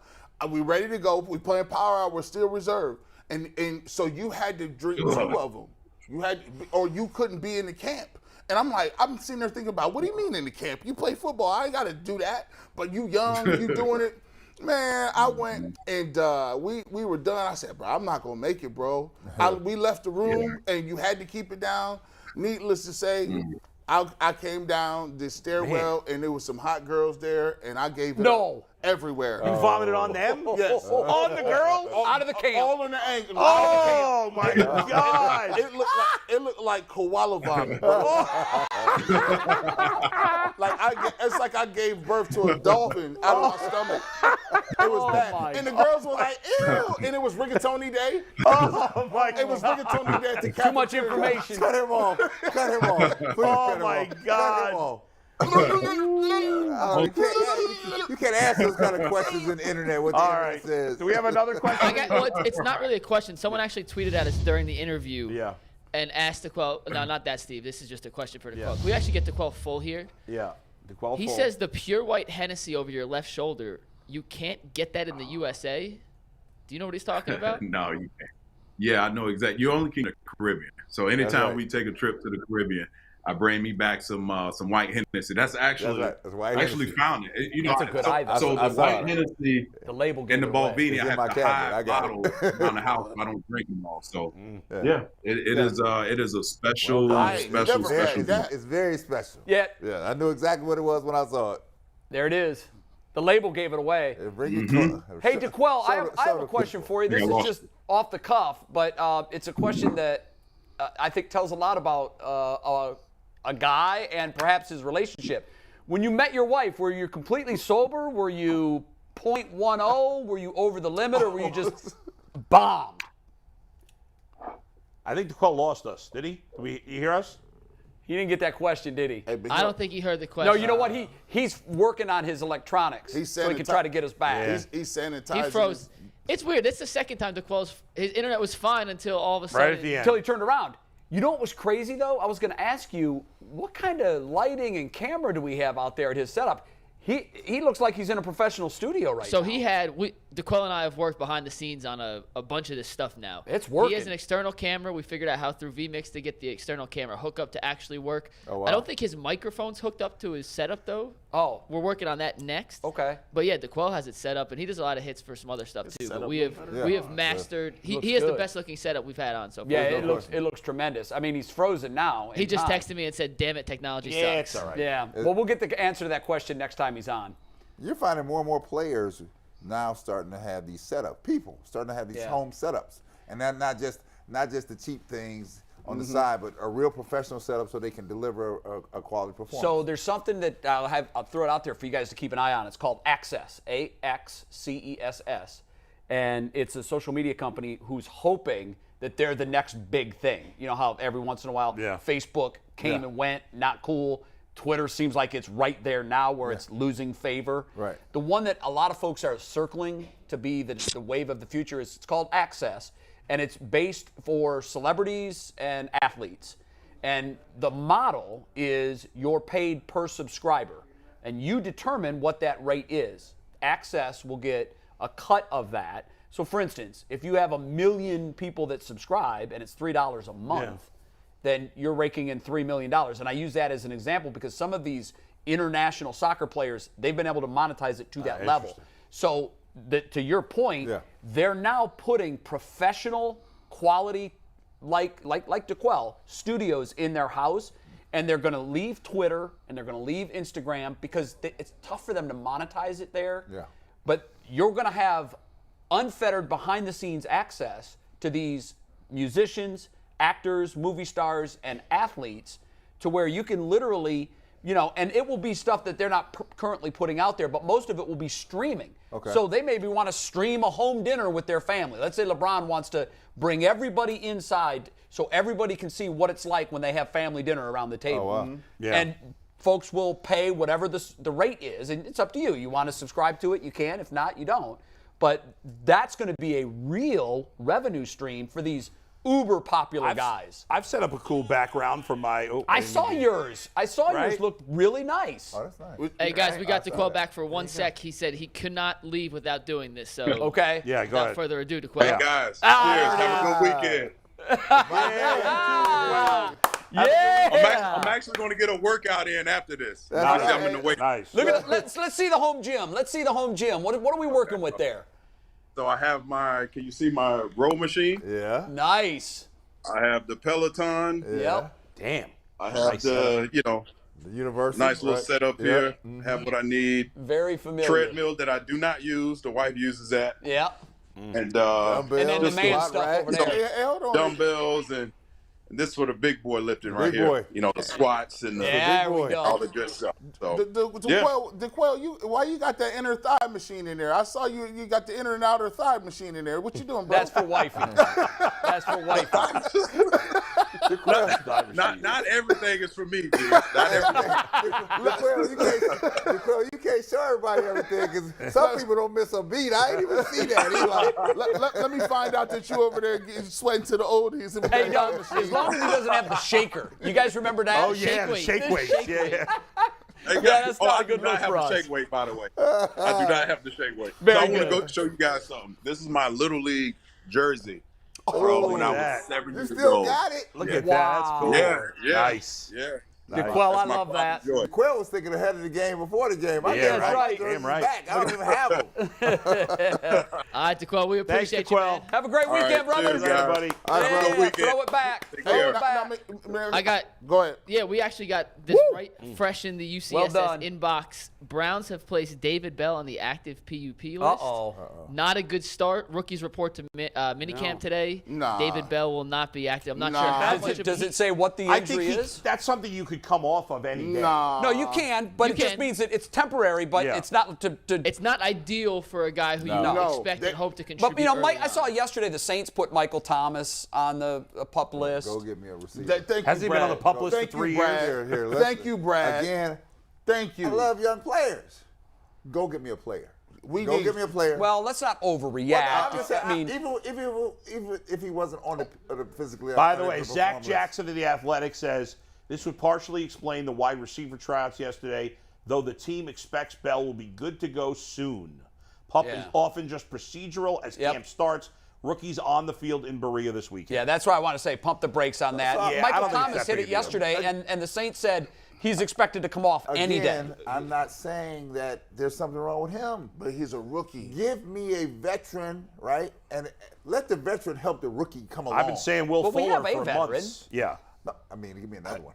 You want more veterans? Yes, I do. You know, this does kind of bring back the discussion of why they wouldn't have Yes. made a move for Yes. Jarvis Landry. Yes. I still, I'm puzzled. for what he ended up signing with He New wanted Orleans. to go, wanted to go. obviously. I mean, he said he wanted to stay here. They offered him After more money. they released Yeah. him, there was still discussion. I know, whether but they he was gonna come reportedly back. offered him more money, so obviously he the wanted to pro- go the somewhere problem- else. Well, right, but problem- even what they paid him, Yeah. it's nothing. The problem is this: he was expecting X. They came in way less than Way X. less, yeah. And then they said, "We'll give you this." He's like, "That's still not enough." Because I was supposed to get this, Right. And now it becomes about your word. So now you broke your word to me. Well, So but that's I'm- sports. but I'm just telling you, some people are sensitive like that. They are. Guys, I don't think it's that big a deal. Oh, I do. I don't think it's that Oh, big. I do. Oh, with, And I- with Bell. No, I the do. belt. You think the belt? I don't Next think the year. belt thing's a big deal. I don't think them not having a veteran wide receiver is that big a deal. Yes, it is. I would like them to add. I've been saying Will Fuller for a while as a veteran, but I don't Yeah. think it's that big a deal. But you got, he's sitting there with T. Higgins and Tyler Boyd Exactly. and Jamar Chase. He's talking about it ain't a big deal. We got David Bell, who they think is going to be a Well, what do you want them to contributor. do now? Like, what's the options here? Go It's get not- me a veteran. Go for All it. right, but even if they sign Will Fuller, is that like Well, I'm not saying or it's Will whatever, Fuller, whoever find it me one. is? There's not. If the guy's still a free agent now, Watch this. he's got flaws. Here's how this thing, and I always say this. This is why when people say, I'm a draft a receiver, plug him in and play. Yeah. You already a rookie. You got to learn the system. You got to learn. It's a ramp up period, and now he's gonna be missing reps. Chase was different. Yes. Chase was with him in Wait, LSU. wait, we He don't knew know Chase- that he's going to be missing We reps. don't- No, He I'm might not. not miss But reps. to Z's point, a draft and a rookie, Chase was different. Chase, Yeah, I get Chase was with Burrow down in LSU. And he Right, came but in the much veterans, higher. He was guys, highly the regarded. veterans left now are not that good anyway. I'm I don't not know. looking- That makes, I'm not looking for the I agree with you. all-star. They should I add a just need veteran. Yeah, I think that Jarvis was should. the answer. I do. I think he was right there in front of Yeah. their face. I also want to remind everybody that when we had Brian Hartline on, the Buckeyes receiving coach, Yeah. And he knows the NFL, he knows what it takes to make it in the NFL. He had a very good career at that level. Yeah. He was super impressed with David Bell. Yeah. He was singing his praises because he got to see him Right. up close and personal when Ohio State played Purdue, and he said this guy is going to translate Right. to the next level. I just don't think we need to panic. Is all I'm saying. I'm not I don't think panicking. it's. I'm loading the box. Now here's the thing. This is all I'm saying. We just went over a list where the Browns was 23rd. It's one opinion. One opinion, 23rd. Right. Now the guy that they're counting on, because Kevin Stefanski, you go watch Building the Browns, he goes up to and says, listen, I went to get you, right? He made Jarvis Landry expendable to a certain extent because they like him. Right. Now, when you got Anthony Schwartz, that I don't even know if he could get to the route tree. Donovan Peoples-Jones, I like your upside, but you showed we talked about him all last game. Right. Yeah. He didn't give me what he wanted, and so you got those. But who are you going to get at this point? I need somebody. Anybody they're going to sign at this point is not moving them up from 23. Hold on. now. But somebody I can get is better than Anthony Schwartz. Sure, agreed. I'm with you. I think they should. I just don't know that it's going to move the needle that much. Yeah, I just think you don't want to get into a situation where you already got Jacoby Brissett, right? Yeah, you want to give him every opportunity to be successul. That's fair. We have to weather the storm here. There could be 8 games, maybe. Right? Who else is out there? I don't know. I do think, though, that look, we don't know what David Bell's going to be. Yeah, they liked him, clearly. They drafted him. And you're right. He did make Jarvis Landry expendable to a point. Because if you didn't feel that there was that guy in the draft, you would have probably kept Jarvis Landry. Yep, but there's always a ramp-up period for a rookie. Yeah. There is. So and they could sign Julio Jones. But you know what? He's been terrible the So last you 2 have years. to you have to supplement your roster with other veterans to fill in the gaps till this person comes along. Right. And then that other person becomes expendable. Who made the point, guys, earlier this week? One of our guests was on and actually made the point that it used to be that wide receivers had a more dramatic learning curve, but they've kind of caught up to the running backs, and we saw that with Chase last year, and there's been a lot of other examples from rookies that have come in and had great years. I'm not saying David Bell's going to be that guy, but I think the league is to a point now where they're ready to plug and play rookies at that position and see what they have. Let me give you the veteran wide receivers left out there. You tell Julio Jones, Will Fuller, T.Y. Hilton, Cole Beasley. I don't want his conspiracy theory ass. They're all guys whose best days are behind them. Alan Hearns, Deshaun Jackson. I would have taken Jarvis Landry over all of those guys. Sure. He knew the system. He was a good culture guy. The only one under 30 is Will Fuller. I'll take Fuller. I'll take Cole Beasley. What's up with Deshaun Jackson? I'll take Deshaun Jackson. Deshaun Jackson shot. I mean, he's like 36 years old. He's got to be close to 40. I'll take Julio Jones. Give me Julio. Julio Jones is an interesting guy. Bull, why is he not signed with someone? He was terrible last year. He's been terrible the last 2 years. Was he terrible 2 years He's been hurt. in a row? I know last year he was hurt and didn't have any numbers. To be fair to him, I think there's probably been some offers. It's probably not been enough money because he expects to get. And maybe he just doesn't want to go to camp. I mean, who knows? I thought he would end up with. Do you want to hear stats real quick? Yeah. In 2020 with Atlanta, he played in 9 games, had 51 receptions, 771 yards, and 3 touchdowns. Actually, that's pretty good. That's a great year. Yeah. If you extrapolate that out over a season, it's 1,000 yards and 100 catches. Right? Last year, he played 10 games, had 31 catches, 430 yards, and 1 touchdown. Yeah, that's still but he was production. banged up. Not terrible, but yeah, I mean, he's still big. He's a red zone threat. I would be fine with him or Will Fuller. I thought he would follow Matt Ryan. Even T.Y. Hilton probably is a tiny bit, At least they're veterans that have been on good teams. And I mean, because just be honest with you. Yeah. If the Browns come out and the offense looks stagnant and they can't get the passing game going, they stop. They got 9 guys in the box. We are going to kill them for saying you went into the season with rookies and unproven guys in Amari Cooper. You thought you was going to get locked up. There's been a lot of rumors that Julio's going to end up in Green Bay with Aaron Rodgers. Yeah.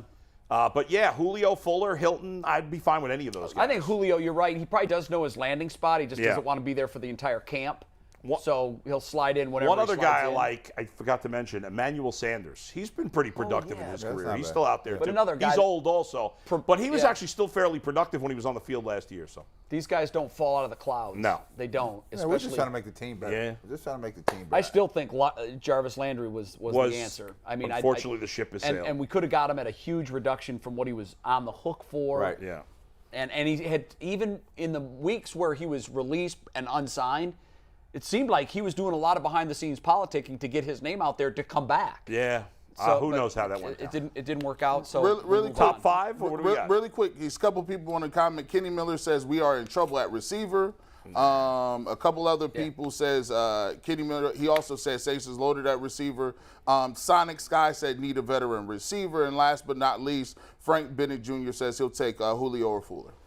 Yeah. Right. Those I'd be happy those with are the either of name those brands guys, for sure. All right, time for the top 5. And before you do it, Mike, I just want to say that in your email to the group last night, you said that this top 5 is, quote, foolproof. Impossible. I have full Anthony support. He made them. Anthony agrees. Give me thumbs up. You can't see him right now. Okay. But this list, once again, a lot of research went into it. 1 and 2, undebatable. The rest of the order we can go. But as always, let's give a shout out to Roundstone, our favorite insurance company. Roundstone offers a better alternative for affordable quality health care. For more than a decade, Roundstone Insurance has been saving small and mid-sized businesses money, an average of 20%. Yeah, 20%.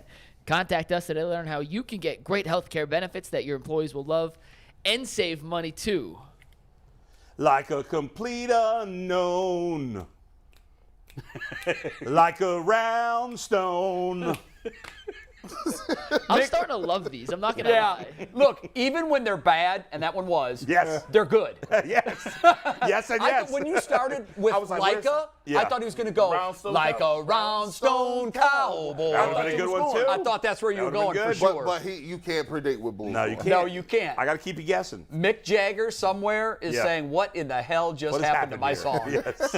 All right. Foolproof top 5. Yeah. Today's Nuggets list better are be the good. 5 ugliest college football uniforms since the year 2000. We didn't want to go too far back, so we cut it off at 2000, and we found some ugly, ugly jerseys. So let's start. The only thing he's got going is I wouldn't know if he missed any in this category. So, well, you could just rate the ugliness on what you see here. Go ahead. That's ugly. Let's start in 2013 with Texas Tech. Do you recognize number 6?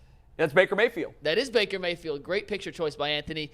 I actually like Texas Tech colors, black and red. You can't go wrong. But they went gray chrome and there's this gray in there with the stripes. But let's go to our uniform expert to see whether or not that was truly awful. I didn't like those. They look like a little bit of like a few Boston baked beans. They don't look good. You know what I'm saying? They don't even sell them no more. Look, the color was gradient, right? How it was red kind of turns into black. Yeah, it's kind of like I don't know what's going on with the helmet. I'm sorry. That's Texas, man. Yeah, Texas Tech, man. All right, so after far this game, Baker complained he was done wrong by Texas Tech. Go ahead. He transferred to Oklahoma and won the Heisman. So we can all agree 1 for 1 at least on the uniform. It's ugly. I don't know if it's in the top 5, but that's like good. like to Bull's point, I don't know. I'm not going to remember the other ugly ones. But when you show them, we'll tell you if they're ugly or not. All right, let's take number 4. So maybe it is the 2009 Colorado Buffaloes gold alternate jerseys. They look like practice uniforms. Exactly. How's that not going to be number 1? Like, you'll see number 1. Trust me, number 1's the worst. Yeah, them is trash. That is awful. Because they look a little highlighterish. The Colorado is a more gold, like a gold color, like with the flecks in it. This looks like a highlighter. It's almost like they cut the budget at the last second and couldn't finish the uniform.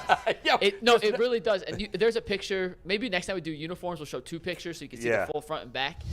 It looks like a practice pin that you would wear. Yes, it's a pin. It's YMCA just yellow. basketball league. There's no piping. There's no nothing. That's awful. These are wow. Gimmicks. These are they spent $17 on that for the whole team's jerseys. That's why they can't get in the Big Ten. Okay, number 3. All right, so I'm actually kind of upset about Anthony with this one because you can't see the helmet.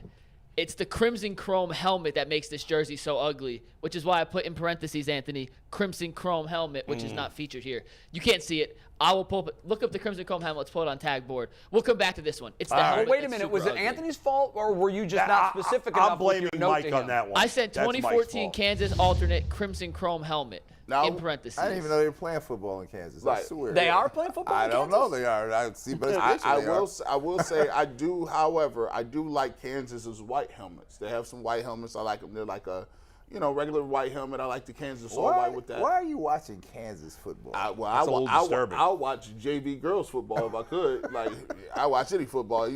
I watch old games too. It'd be like 1989, Week 4, the Chicago Bears. You do that. versus You LA go on Rams. YouTube and watch old classic games all the time. All the time. Just be watching them. Raise of hands here. Who so far thinks that this list has been foolproof?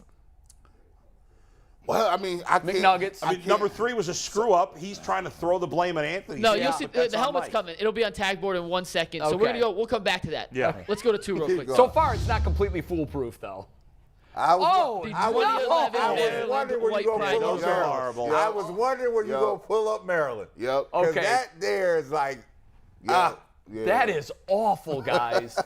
I ran a dynasty with them in NCAA football 12. They had these jerseys. That is awful. So the helmet is literally split down the middle, and it's different on both sides. Yeah, because it's their flag, right? And I can tell you because I'm in there, right? Right. They love that. They do love that. It's on their license plate. They love that. They do love They love that. Yeah, that their flag is. They love That's that look. crazy. Yeah. So the state of Maryland, they love that. Well, the rest of the country is hating that. That's trash. And I don't know if that's not number one. I can't wait to see what your ugliest uniform ever is. Are you guys ready? Yeah. Drum roll, please. Let's see this. Take it. The Florida Gators 2017 Gator uniform. It looks like a worn barcode. once. They threw it out and said, Florida literally said, we screwed up. We will never wear these again. They tried to go Gator scale. It is putrid. Oh, that's. What do you make of that? That's an excellent- official uniform critic of UCSS. This looks like an outbreak of smallpox. Just came back. Oh, it's a monkeypox. Y'all don't believe in vaccines? Monkeypox. Y'all don't believe in vaccines? Pox just came back. That's Gator Pox. No, that's Gator Pox. Gator pox is devastating. Ooh, that is awful. You're right. You know what? It's a pretty good list. Yeah, that's And we trash. do have, by the way, the helmet I was referring to. Let's punch whatever. tag board real quick. This was your number 3. Look how ugly this helmet is.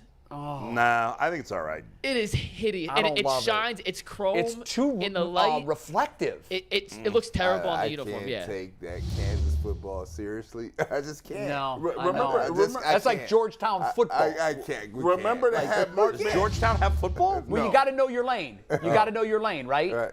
Kansas is a basketball school. Right. Yeah, They have a football team. right. Right. Georgetown is a basketball school. Not lately. Do they have a football team? No. Because they know their lane. Right. By the way, speaking of real quick, 30-second sidebar, you brought it up, Georgetown. I know this came out a few years ago. I don't know if any of you guys have seen this, but yesterday I watched the 30 for 30 Big East Requiem for the Big East. Yeah, that was incredible. Incredible. And You've Big almost, East in the 80s was what I loved. but you almost forgot how much hatred there was Oh, my between God. schools Oh, yeah. and how big those games I truly can't were. believe, like, Georgetown was like, Yeah, that was their thing. Georgetown, that was Syracuse, they were Syracuse, St. John's. They- Villanova, Providence, Villanova. By the way, the Big East, there was no conference in the Northeast of America for sports until 1979, and then within 7 years, basketball. Right. Well, neither. Well, Ivy League.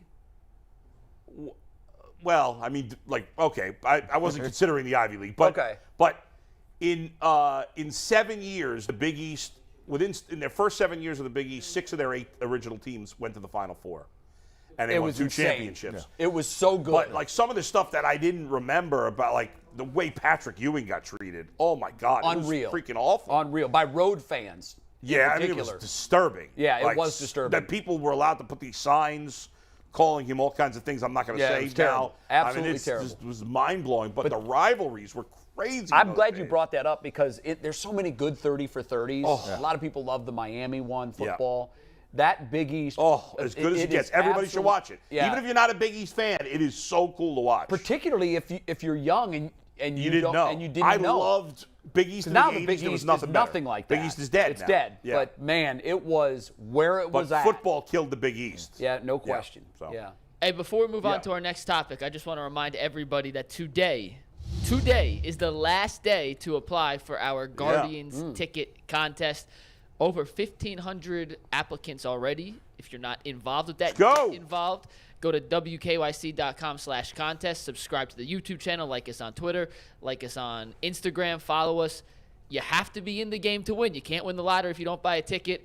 wkyc.com/contest. First place gets a 4-pack of tickets and some autographed swag. Second and third place just get 4-pack of tickets to a game against the Astros in August. First weekend That's in a great August. prize. No, but Great prize. The Houston You're missing Cheetahs. out if you don't subscribe and apply.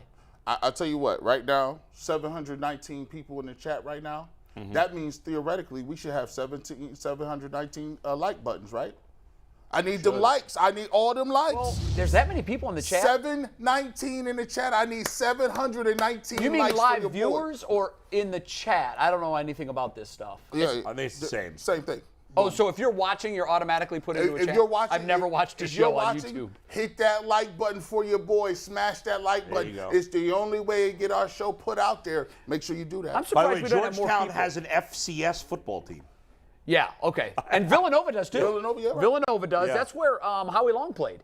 Yeah. At Villanova. Yeah. And not, I mean, they're not known for putting their Providence doesn't, or Seton Hall. talent Or out. St. John's. You're right. Football, UConn has one, and they shouldn't. Of course, UConn now is in the AAC. football took the Big East down. Yes, it They did. did. Killed Yeah, the it Big really to your did. They point. should have known their Stay in lane, your lane. stayed in basketball. Well, they had owned basketball. They were trying brought football so they wouldn't lose Syracuse, Right. and then they lost Syracuse. Yeah, anyway. and by the way, Yeah. I mean, even now, Syracuse, compared, none of them are what they used to be in Right, the 80s. right. It was just, No. if you weren't watching Big East basketball, you weren't It watching was college nothing basketball. better. It was like a street fight every game. It was tough. It was very tough. Let's move on. Let's talk about Terry Francona. Yes. The Guardians. Okay, yeah, that's a going great again. idea. Second half of the season begins, or it's not really the second half, but the second portion of their season Yeah. begins, and we're going to talk about the Guardians' first half in a sec. But this was something we talked about in one of our first weeks, and then we were like, "Yeah, let's table the discussion for a little longer." We brought it back. Okay. Talk about how good Terry Francona has been as the manager here in Cleveland for the last couple of years, and that got us thinking. He's the best coach manager in Cleveland since who? You got, who wants So to we start went around this? the horn. Who Wanna wants to start? Bull? Go ahead. I'll start. But first and foremost, see, Brad thought he was slick. I seen that, though.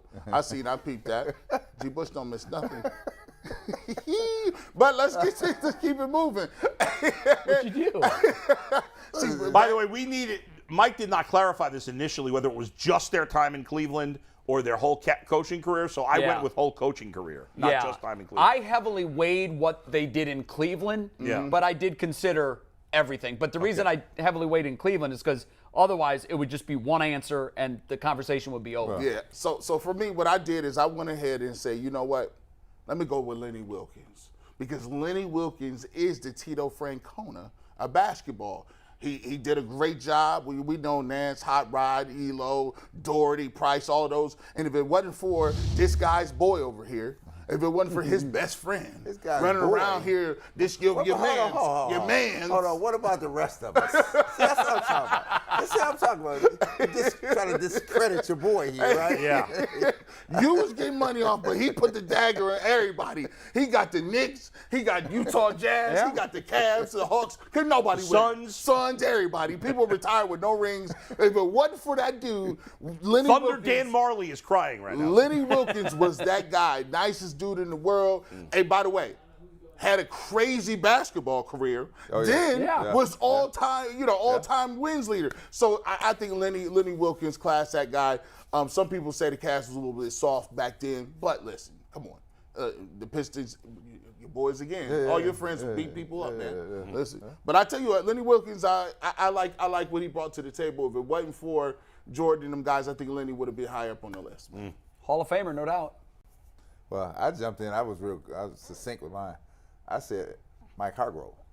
Ooh, Grover had a great career here in Cleveland. And I'm in the gym the other day. I'm lifting weights. I'm getting myself ready, keep myself fit.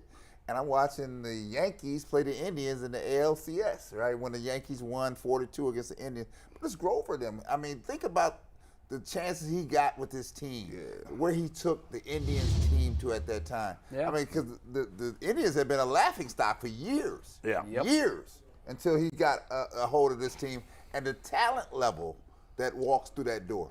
I mean, I still don't think we give Albert Bell the credit that he did, because he was, and I saw. Maybe he wasn't a psychopath. Yeah, well, but we just talk about playing ability. Yeah, he was phenomenal. Phenomenal. He actually should get serious consideration for the Hall of Fame, but he never will. No, because there was a lot of speculation about steroid use. Yeah. And his post-playing career's got a lot of blemishes on it. Yeah. But chasing down the kids with his car, that toilet papered his house on Halloween. Yeah. That's not a good look. I think he may have been arrested a time or two in other incidents with domestic violence. Grover did a great job when he was here in Cleveland, running the franchise. He did. And Francona reminds me of that period. All right, Jay, you go, because I got to go last. Okay, I do think I should address the Mike Hargrove thing, because I gave Mike Hargrove and Lenny Wilkens both a lot of consideration. With Hargrove, the way his whole career played out, he was never a 500 manager anywhere but Cleveland. And when you look at the talent he had here, I think it's an indictment on Mike Hargrove that they never won a World Series. Now, granted, they came close. They lost in '95, 6 games to the Braves. All-time great performance in Game 6 by, I believe, Glavine, pitched a shutout. And in '97, they lost to the Florida Marlins in Game 7, extra innings. I just think that with the Hall of Fame lineup that he had, with I know Omar's not in the Hall of Fame, but Omar Vizquel, Baerga, Right. Tomey. and then Roberto Alomar, Yeah. and Tomey, and Alomar behind the plate, Sandy Alomar, and Bell, and Ramirez. See, It's almost an indictment that they don't have a banner over. Now, they didn't really have the pitching, as we know. No, they didn't have great pitching, but they did. You know, Oral Hershiser was part of those teams. He was on his They last had legs. some arms, But that was, I think it's the greatest lineup I've ever seen. offensive, I wouldn't Yeah. argue with that. But I went with Marty Schottenheimer. And the reason I went with that's not Marty bad. Okay, is that's not because bad. I thought he had great success while he was here, but not just here. Marty was 126-1. He had a winning record, and he's the only coach in the history of the NFL to coach 4 different teams and have a winning record with all 4. That tells me that irregardless of talent, wherever you go, your footprint is made and your impact is felt. He certainly did it here. He did it at San Diego. He had some great teams. But again, with Marty, the big asterisk with him, and he had some great Chiefs teams as well, and he was with the Redskins, he was never able to win the Super Bowl. And he lost in a lot of conference championship games. That was the only blemish. But in my lifetime, anyhow, he was the one. And I thought about your guy. I think you're going to go with who you're going to go with. Yeah. Career resume, no question. But when he was here, he was good, but never great. Yeah. So you guys all had good answers. Lenny Wilkins, Marty Schottenheimer, Mike Hargrove. But we're all wrong. But you're all wrong. Obviously. it's coming. No matter what the question is, if it's best only in Cleveland, you're wrong because then it's only Paul Brown. Yeah. And if it's best including others, it's the guy I picked, which is Bill Belichick. Because here's the thing. Your 3 guys in their entire careers combined to win 1 championship. Right. Your 3 guys combined. Yeah. Bill Belichick has won 82 championships. Not a 6-time Super Bowl I champion. thought this was why you're here. Okay, but even in Cleveland, not only in Cleveland, even Francona. He was sub 500 when he was here.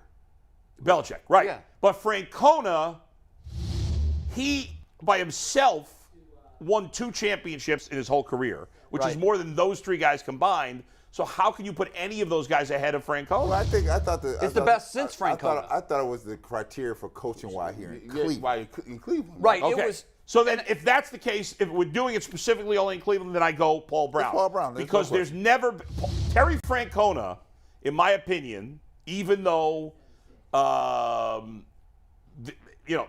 obviously Mike Brown is the only championship of any of our lifetimes. Right. Right. No, it's Ty Lue. Yeah, Ty Lue. Mike Brown. What the hell Ty am I Lue talking was the about? coach. When Ty the Cavs Lue, won it. sorry, was the only championship that any of us ever Right. seen in Cleveland. Yep. But to me, Terry Francona. Wait, how old are you, Brad? 59. No, he was alive when the Browns won their last championship. Okay. He was alive. I sure was. You were Okay. 1 or 2. There you go. 2. So you were Paul alive. Brown. I was in there. Paul Brown is the only answer in Cleveland because Yeah. none of these guys won a championship in Cleveland. The 3 guys you mentioned. Yeah. And neither is Francona. But unlike Francona hasn't had the talent that Hargrove had. No, he never had as much star power for sure. Yeah. But I thought that 16 team was great. I thought it was. But Jay, that 16 team, honestly, had no business going to the World Series. No, they With the overachieved. But I injuries- credit. I actually thought the 17 team was better. I credit Tito for that. I Yes. think great managers get their teams to play better than they are. Yes. And Now I think in his career, Tito has done just that. No doubt. Plus, he ended the Red Sox drought. Yeah, which he is huge. almost ended Yeah. the drought for the Indians, now Guardians. You know, he started at the beginning of his career when he was in Philly. There were a lot of folks that thought he'd never get a second Yeah, chance. he wasn't great He there. was not great in But, Philly. in In fact, he was bad in Philly. But ultimately, But man, did he figure it out. the talent matters the most, and It that's does, the but big I think he influence. will tell you too that he learned a learn. lot of Sure. lessons You had to from learn. his Sure. days in No Philly. doubt. And you know, he managed Michael Jordan when Right. Michael was in Birmingham. Birmingham. Yeah. And I don't know that there's any wrong answers. I'll tell you the reason that I thought about Paul Brown for Yeah. sure, but for me, I look at the NFL in 2 different eras. I look at the Super Bowl era, and then I look at everything before it. Right. And I just felt like, because you do this all the time, you're like, who the hell cares Oh, about yeah, I don't care. autographs? That's why I said Belichick ultimately. Yeah. Because I Right. included what he did in New But England. I just looked obviously, at, but- I weighted more. Yeah. I weighed more what they did while they were here. Yeah. And Belichick certainly was not celebrated as a great coach when he was here. Right. Lenny was. You know, And Hargrove was. I'll go Paul Brown 1. I will go Lenny Wilkins 2. I will go Hargrove 3. And then my 4th is in play, right? But I say those. So you just dropped your number 1 down to number 3. Well, here, because if we talk about the totality of what he was just talking about, what Bo was just talking about, Paul Brown by far from all that we know, right?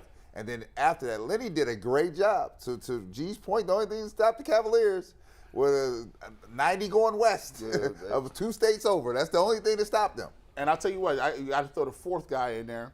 Hey, we can't give this guy enough credit, LeBron James. Yeah, he was a great GM. The GM, the coach, the ball boy. By the way, when you bring up those Cavs teams too, it always pops in my head. How did Brad Daugherty get into NASCAR? So I know Brad well. Brad's from the South, and I was always a Richard Petty fan. He wore number 43. Yeah. You guys are looking at me like I'm crazy. How many athletes from other sports end up analyzing NASCAR? It is pretty odd. In the South, NASCAR Brad has told me before that he knew more about NASCAR as a kid than basketball. And he just loves the sport. And I'm sure you know Brad. Yeah. One of the nicest guys you'll ever meet. He's a lot like you, actually. He reminds me a lot of you. And I would tell you this, so very diverse players have diverse interests, and him knowing other things, because he was on the team with he and Larry Nance, who were car guys, right? And so they knew what to do. And then I eject another player. The late Bobby Fields was a car guy, right? So he was in a circle of people that enjoyed being around cars. Right, yeah. And so you look, Jordan's racing now. He's doing, he's back in NASCAR. And so I'm not surprised. If you're from North Carolina, it's ingrained in I just always thought of it as such a racist sport, too, honestly. Well, maybe that's not fair. I would say, in the South, Yeah. There is not very much difference between poor white people and poor black people. You're absolutely right about that. They all, it's just they eat the same things, they talk the same thing, got the same interests. Sure. And you know, it's down there. I lived in Charlotte for almost 2 years, and racing is huge. College basketball is huge, and barbecue is huge. I didn't say cookout. I just barbecue. Barbecue. There's difference. There's levels to it. I had to learn. They corrected me. I like Midwest barbecue. I like Kansas City barbecue better. Everybody than above the Ohio City River is a Yankee, by the way, too. You're a Yankee. Everyone what? Everyone above the Ohio River is a Yankee. Oh, I don't even know if it's. Yeah, I think it is that is the delineation. My first job was in Kentucky. Yeah. And man, I moved down there, and there's some folks down there still fighting a war. I was like, yeah, guys, you know that's over. It's over. And they looked at me as a Yankee, and I'm like, I'm only from 8 hours north of here. My goodness. Steve Becker was not even from Cleveland, so what about Chuck Kyle for best coach? St. Ignatius High School. Oh, yeah. 11 state titles. We would have had to open it up to that. Yeah. By the way, he's getting ready for his last season. After a legendary career, he's getting ready to coach his last season. McNuggets, you got something? Yeah, so I have a question for you guys. Do you want to do the one word, or do you want me to tell you the Madden ratings for quarterbacks? It's going to raise some eyebrows. Oh. Well, let's save the one word. We'll save the one. Give me them quarterbacks. Hit me the Madden. Come on, man. All right, Anthony's going to pull the tag board up, but I'll read down the list. Okay. Well, if you want to wait, let's do one word in 1 minute. Fly through it. My one word for the Guardians' first half was overachievers. Medium. Intriguing. Well, I wrote a whole sentence because unlike these three. Hey, no, Bull. Yeah. You got a second. Go off. Yeah, I am. So Mike last night says, give us one sentence to describe the Guardian season. And then all of a sudden this morning, it's like, hey, G, you didn't send you a word. And I'm like, what is happening here? It's not a word, it's a sentence. These three don't know how to read, apparently. I read it word, too. I'm the only one who actually followed the assignment. You won the reading comprehension test. Right. For sure. And for that, we will take Bowles. Yeah. Take Bowles. He's the only one that's going to get the graphic. Yeah. He called the roller coaster ride. Yeah. I did give a full sentence in addition to this. But that's really good. But roller coaster ride, that's what it was. Yeah. They've had huge highs and lows. Yeah, they had a long winning streak. They had a long losing streak. The whole season has been extreme play for like 2 weeks. And that is usually indicative of a young team. Right. And he would have the youngest team in AAA baseball. Yes, which is insane. Mind-boggling. It's just like a young man outside dating a single. Peaks and valleys. Yeah. Peaks Yeah, and you valleys. got to ride them out. Going for the ride them out. peaks. All right, Okay. you guys ready for this? Yeah, let's do go. these First quarterback category. rate. These are the top 10 rated quarterbacks in Madden. Tell me me get if to this. you guys noticed Hold on. somebody missing here. We have Brady, Rodgers, not good for my Mahomes, eyes. Allen, Burrow, Dak, Herbert, Russell Wilson. Oh, there he is. Lamar, Matthew Stafford. Well, there's no Deshaun Watson. Yeah. There is no Deshaun Watson. Right. Well, Are they? Is that because he didn't play last year, or they don't know how can much? you give me the ratings? Because I can't Yes, see. Tom Brady's a 97. Yeah, they're up there. Rodgers See 'em? is a 96. Mahomes a 95. And this is the full one that has Look Watson at the GOAT, once you get still down at there. 97. Deshaun Watson is an 84. 1 point ahead of Ryan Tannehill. Unacceptable. That's ridiculous. Wow. Unacceptable. Okay, We that know is that. We blasphemy. saw the told wide you guys receiver would like rankings, this. how bad those Unacceptable. were. So this is not a surprise. that they Unacceptable. screwed this up. where's But I thought they got Watson? Oh, there he is. way down there. First- What number was he? What rank? 1, 2, 3. Well, that's 10, 11.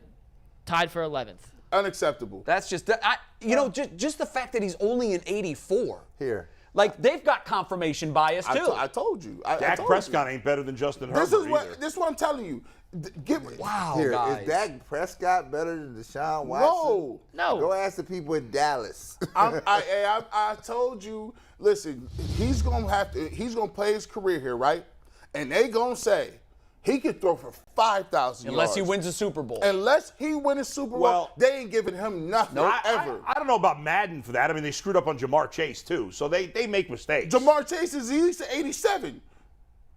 84, boy. 84. Jamar Chase was not in the top 10. It's still, Neither was Deshaun. It's still I'm saying they're both ridiculous. Hold on, Yeah, they hold are. on. They're You gotta both- think about it. But he's saying almost like it's personal with Watson, which I think a lot of people's rankings. I don't know that I buy that in this case. No, listen. 80. I was a guy who they used to give the Madden game to the test before Yeah, they did. yeah. I used to as well. Now, look, I did. 84 is egregious. Wait, 84. if you think this is egregious, wait till you see this one. Pull it up. This is the throw power rankings. Look at number 7 and look at number 9 on the throw power rankings. by Wow. What's that? itself. Baker Baker's Mayfield at at 7, 7. Deshaun Watson at 9 on throw power. Oh, no. What? It's got to be a joke, right? There's got to be some sort of conspiracy. Well, they got And he's a- Malik and- Willis, and- number 6. And he's a 90. Unacceptable. Malik Willis and has Zach Wilson, number 5. Listen, Are Madden, they going like on arm strength? What is Yeah, throw power? like, yeah, deep So ball, who really. can? But Baker Mayfield's not throwing the ball deeper than Zach Deshaun Wilson Watson. is at number 5. He hooked up with a hot chick that happens to be over the age of 40. They're like, he's throwing power. He's throwing it around now. Throwing everything Well, around. Zach does 94. have, but he can throw the ball. I mean, I'm not. I guess this isn't like accuracy and everything built in. They're looking at how far you can physically throw the football. Zach Wilson. they're does- lost. Come on, some of these things are ridiculous. Gee, man. That's just- I can't. yeah, I can't. 84? I wonder if they release these early and then adjust them on like the first update They, just to get people they talking adjust about them. it. They adjust them. Who cares? a little bit. I just want you under center. That's all Yeah, I'm saying. you know what? I don't You care said about- it best I don't care about earlier. this. Who gives a rat's about the ratings? Right. It's But true. I know it's stuff that, especially this time of year when we need stuff Yeah. to talk about, and we talk about every ranking and list that comes I'll out. entertain But it if it's legitimate. This is is not stupid. even legit. yeah, well, the Jamar Chase thing, that was the first one that I've were seen like, this year where I'm what? like, okay, somebody doesn't know football. Right. Like, so, and you know the thing to me, too, and I get Aaron Rodgers is good, bro, but they got him too high.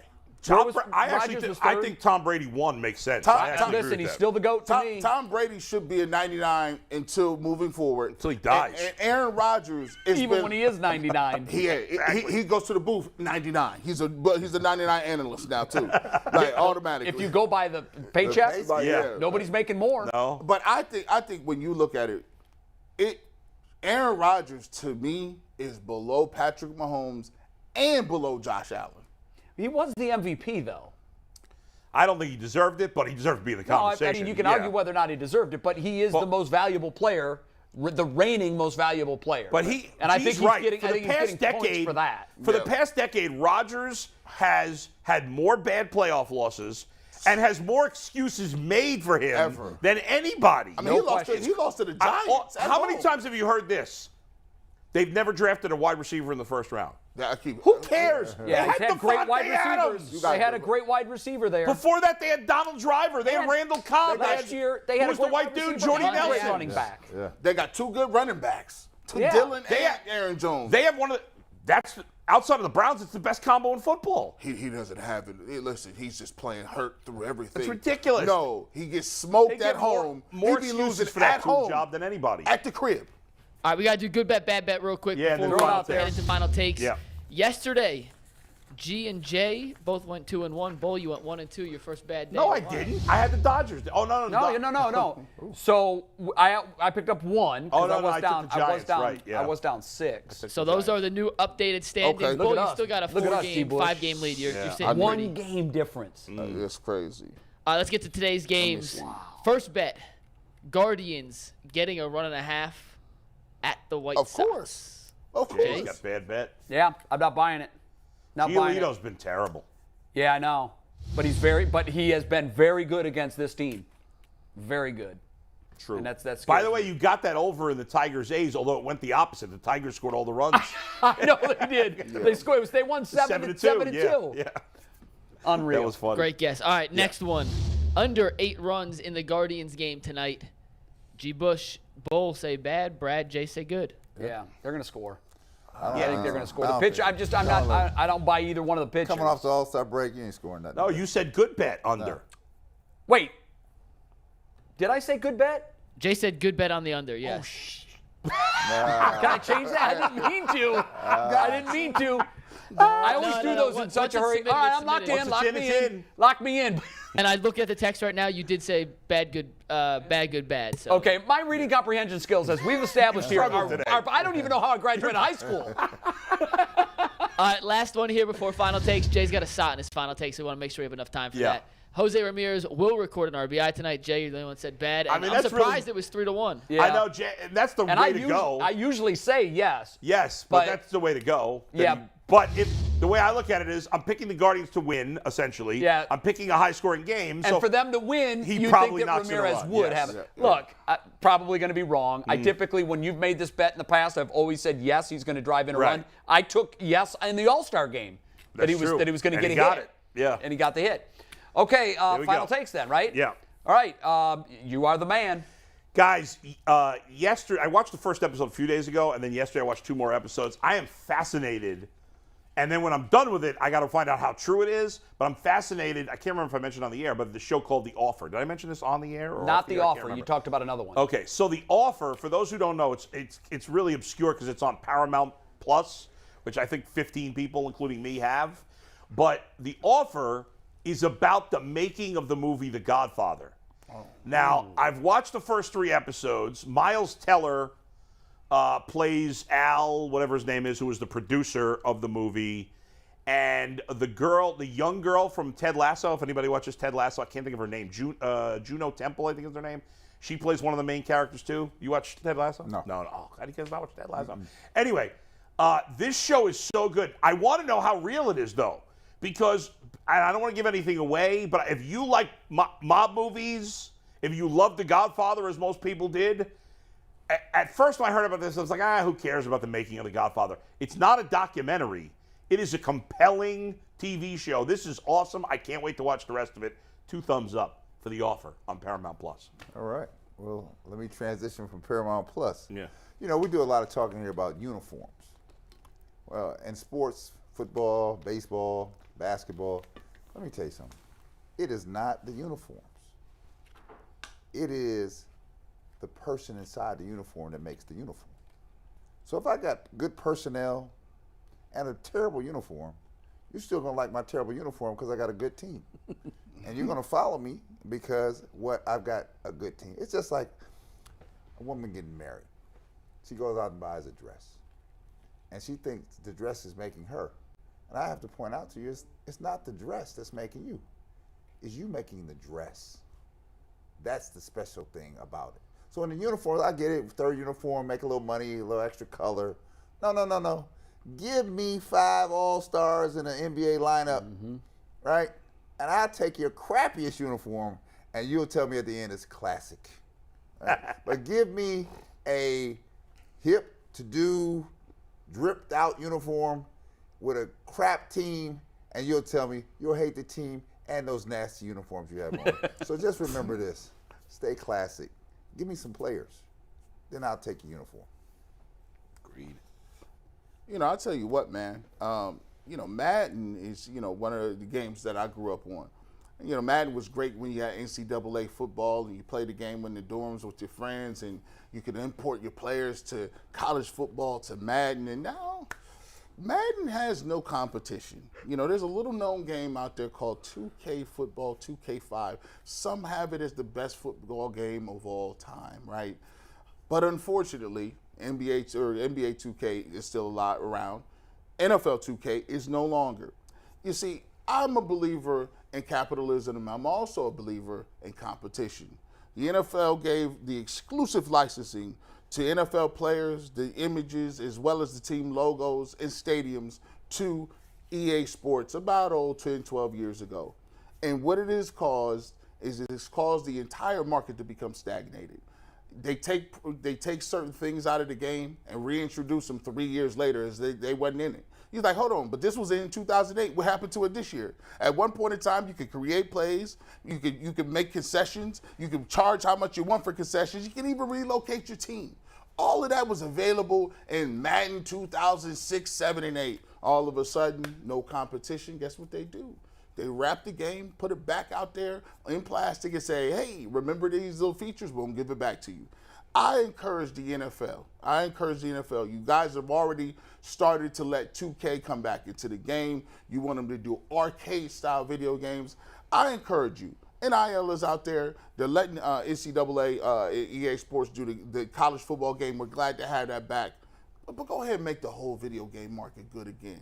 Give those licensing rights to 2K and may the best company put out the best game. The consumers win, you win, and guess what?